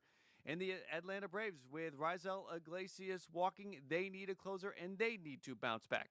Suarez will be a great fit for a team in need of a closer and looking to bounce back in 2026. Luis Castillo is next up. The departures of I see him Naylor staying in Seattle. and Suarez and the possible departure of Polanco means the Mariners are going to have to land a significant bat, and I think it's finally time to make that move where they turn a starting pitcher into a bat. And of their options, I think the more expensive arm in Castillo is the way to go. With Wu, Miller, Kirby, and Gilbert, the Mariners will still have one of the best rotations in baseball. And on top of the bat that they get back in return for Castillo, they'll also get some financial flexibility by removing the $24 million that he's owed for the next 3 seasons. So I think Castillo is a goner. Who for Luis Castillo? I have 5. I do not have the big laundry list of 10 or 12 teams that I had for Sonny Gray and Pablo Lopez. I think this is a little bit more narrow because the trade partner has to be able to send a right now ready bat back to Seattle. So we trimmed the trade market down a little bit, but we can still find Oscar Hernandez a for good trade Luis. partner here. Baltimore, I'd be they taking need a the top pull of on that, rotation both ace. teams. Boston, they could pair Castillo with Crochet. The Mets need a true number 1 at the top of that rotation. Castillo would bring that. The Chicago Cubs, imagine a rotation with Castillo, Horton, Steele when he's back, Boyd, Tyone, and Imanaga. That's pretty good, right? Look, the Cubs fell short of their goal this year. You have to leave nothing to chance moving forward. You cannot get into a situation next year where you're in the postseason and one of your starters is down and another starter you've lost trust in. Can't have that happen again. You need to have a strong, robust rotation for the Cubs. And for the Dodgers, I do see the Dodgers being here with the departure of Clayton Kershaw. You could argue that a rotation spot opens up for the right level of talent, and I think Castillo meets that requirement. I can see LA going with a 6-man rotation all year in 2026. Ohtani, Yamamoto, Snell, Glasnow, Castillo, and then one of Sasaki, Sheehan, or somebody else to round out the rotation. Obviously, Sasaki would have the edge there. So the Dodgers certainly could do it, cannot be left off the list for any of the starting pitchers that are available this offseason. There is one spot open, I do believe. Let's go to Brandon Woodruff next. Milwaukee Brewers fans, I'm sorry, I think the end is here with Brandon Woodruff. There's a $20 million mutual option here that I think he declines. It makes sense for him to lock in a multi-year deal and avoid becoming a free agent heading into next offseason.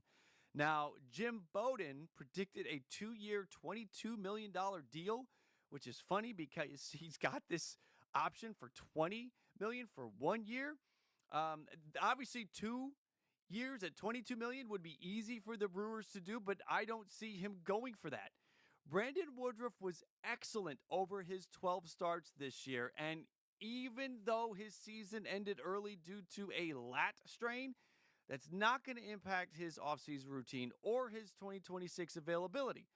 I think he probably gets a 3-year deal, something in the $15 million a year range, and I think that is more than the Brewers will be willing to spend, especially with the young, cheaper pitching that they currently stable. Mizorowski, Priester, Patrick, Henderson, Myers, and 1 more year of Freddie Peralta, who I believe the Brewers will not trade. They need that ace. There's too much talent on this team. Trading Peralta would be kind of sort of punting on 2026. Can't do it. 1 more year of Freddie Peralta. You gotta go outside again? Freddie will be there. It is Woodruff who will be gone. Okay. Who do we like Do you? for Brandon Woodruff? We can bring back Okay. our long Do you need to go list. We outside? can actually add to the Is that list the problem? of teams. I got 14.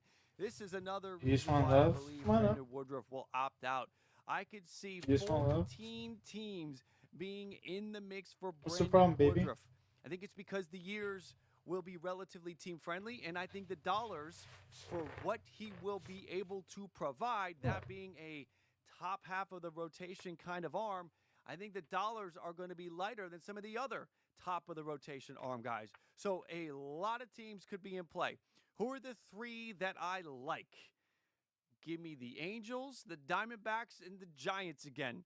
The Angels need a top half of the rotation caliber arm, and I can see the Angels, and I think they may have to do this, I can see them being willing to pay Brandon Woodruff more than anyone else on this list.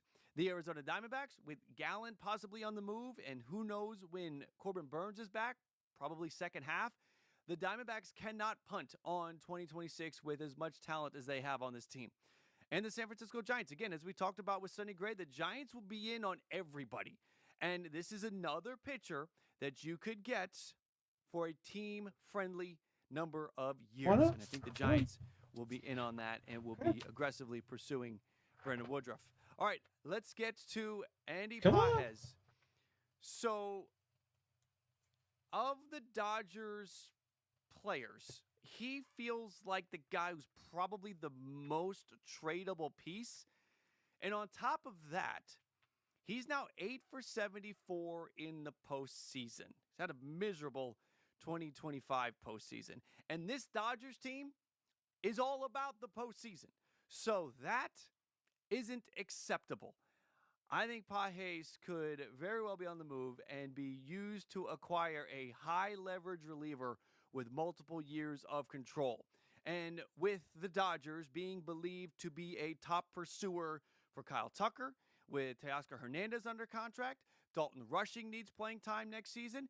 Edmund can slide into the outfield, so can Kim. Maybe Freeland slides into the outfield to get playing time. All this to say, the Dodgers have options and could use Pages to strengthen the bullpen for the 2026 season.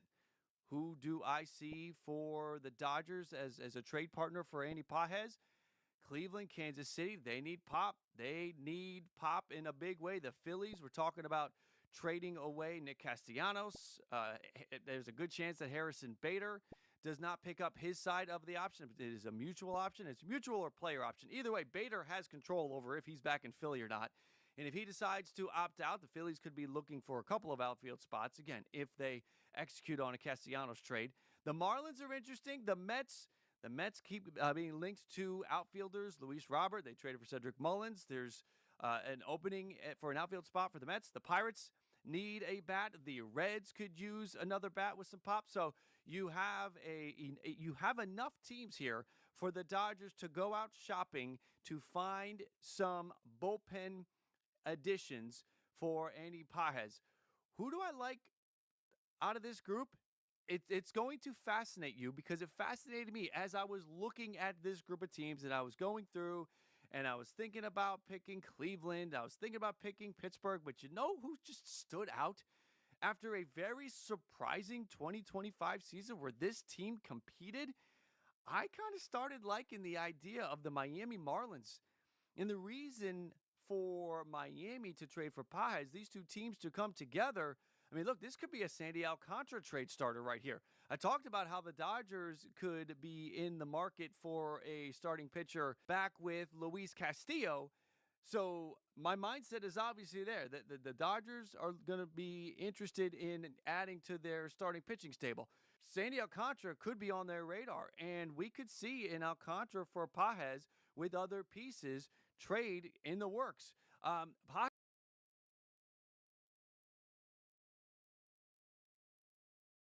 right, boys, I'm going to bed. I hope y'all have a good night. I will catch you later. Peace out.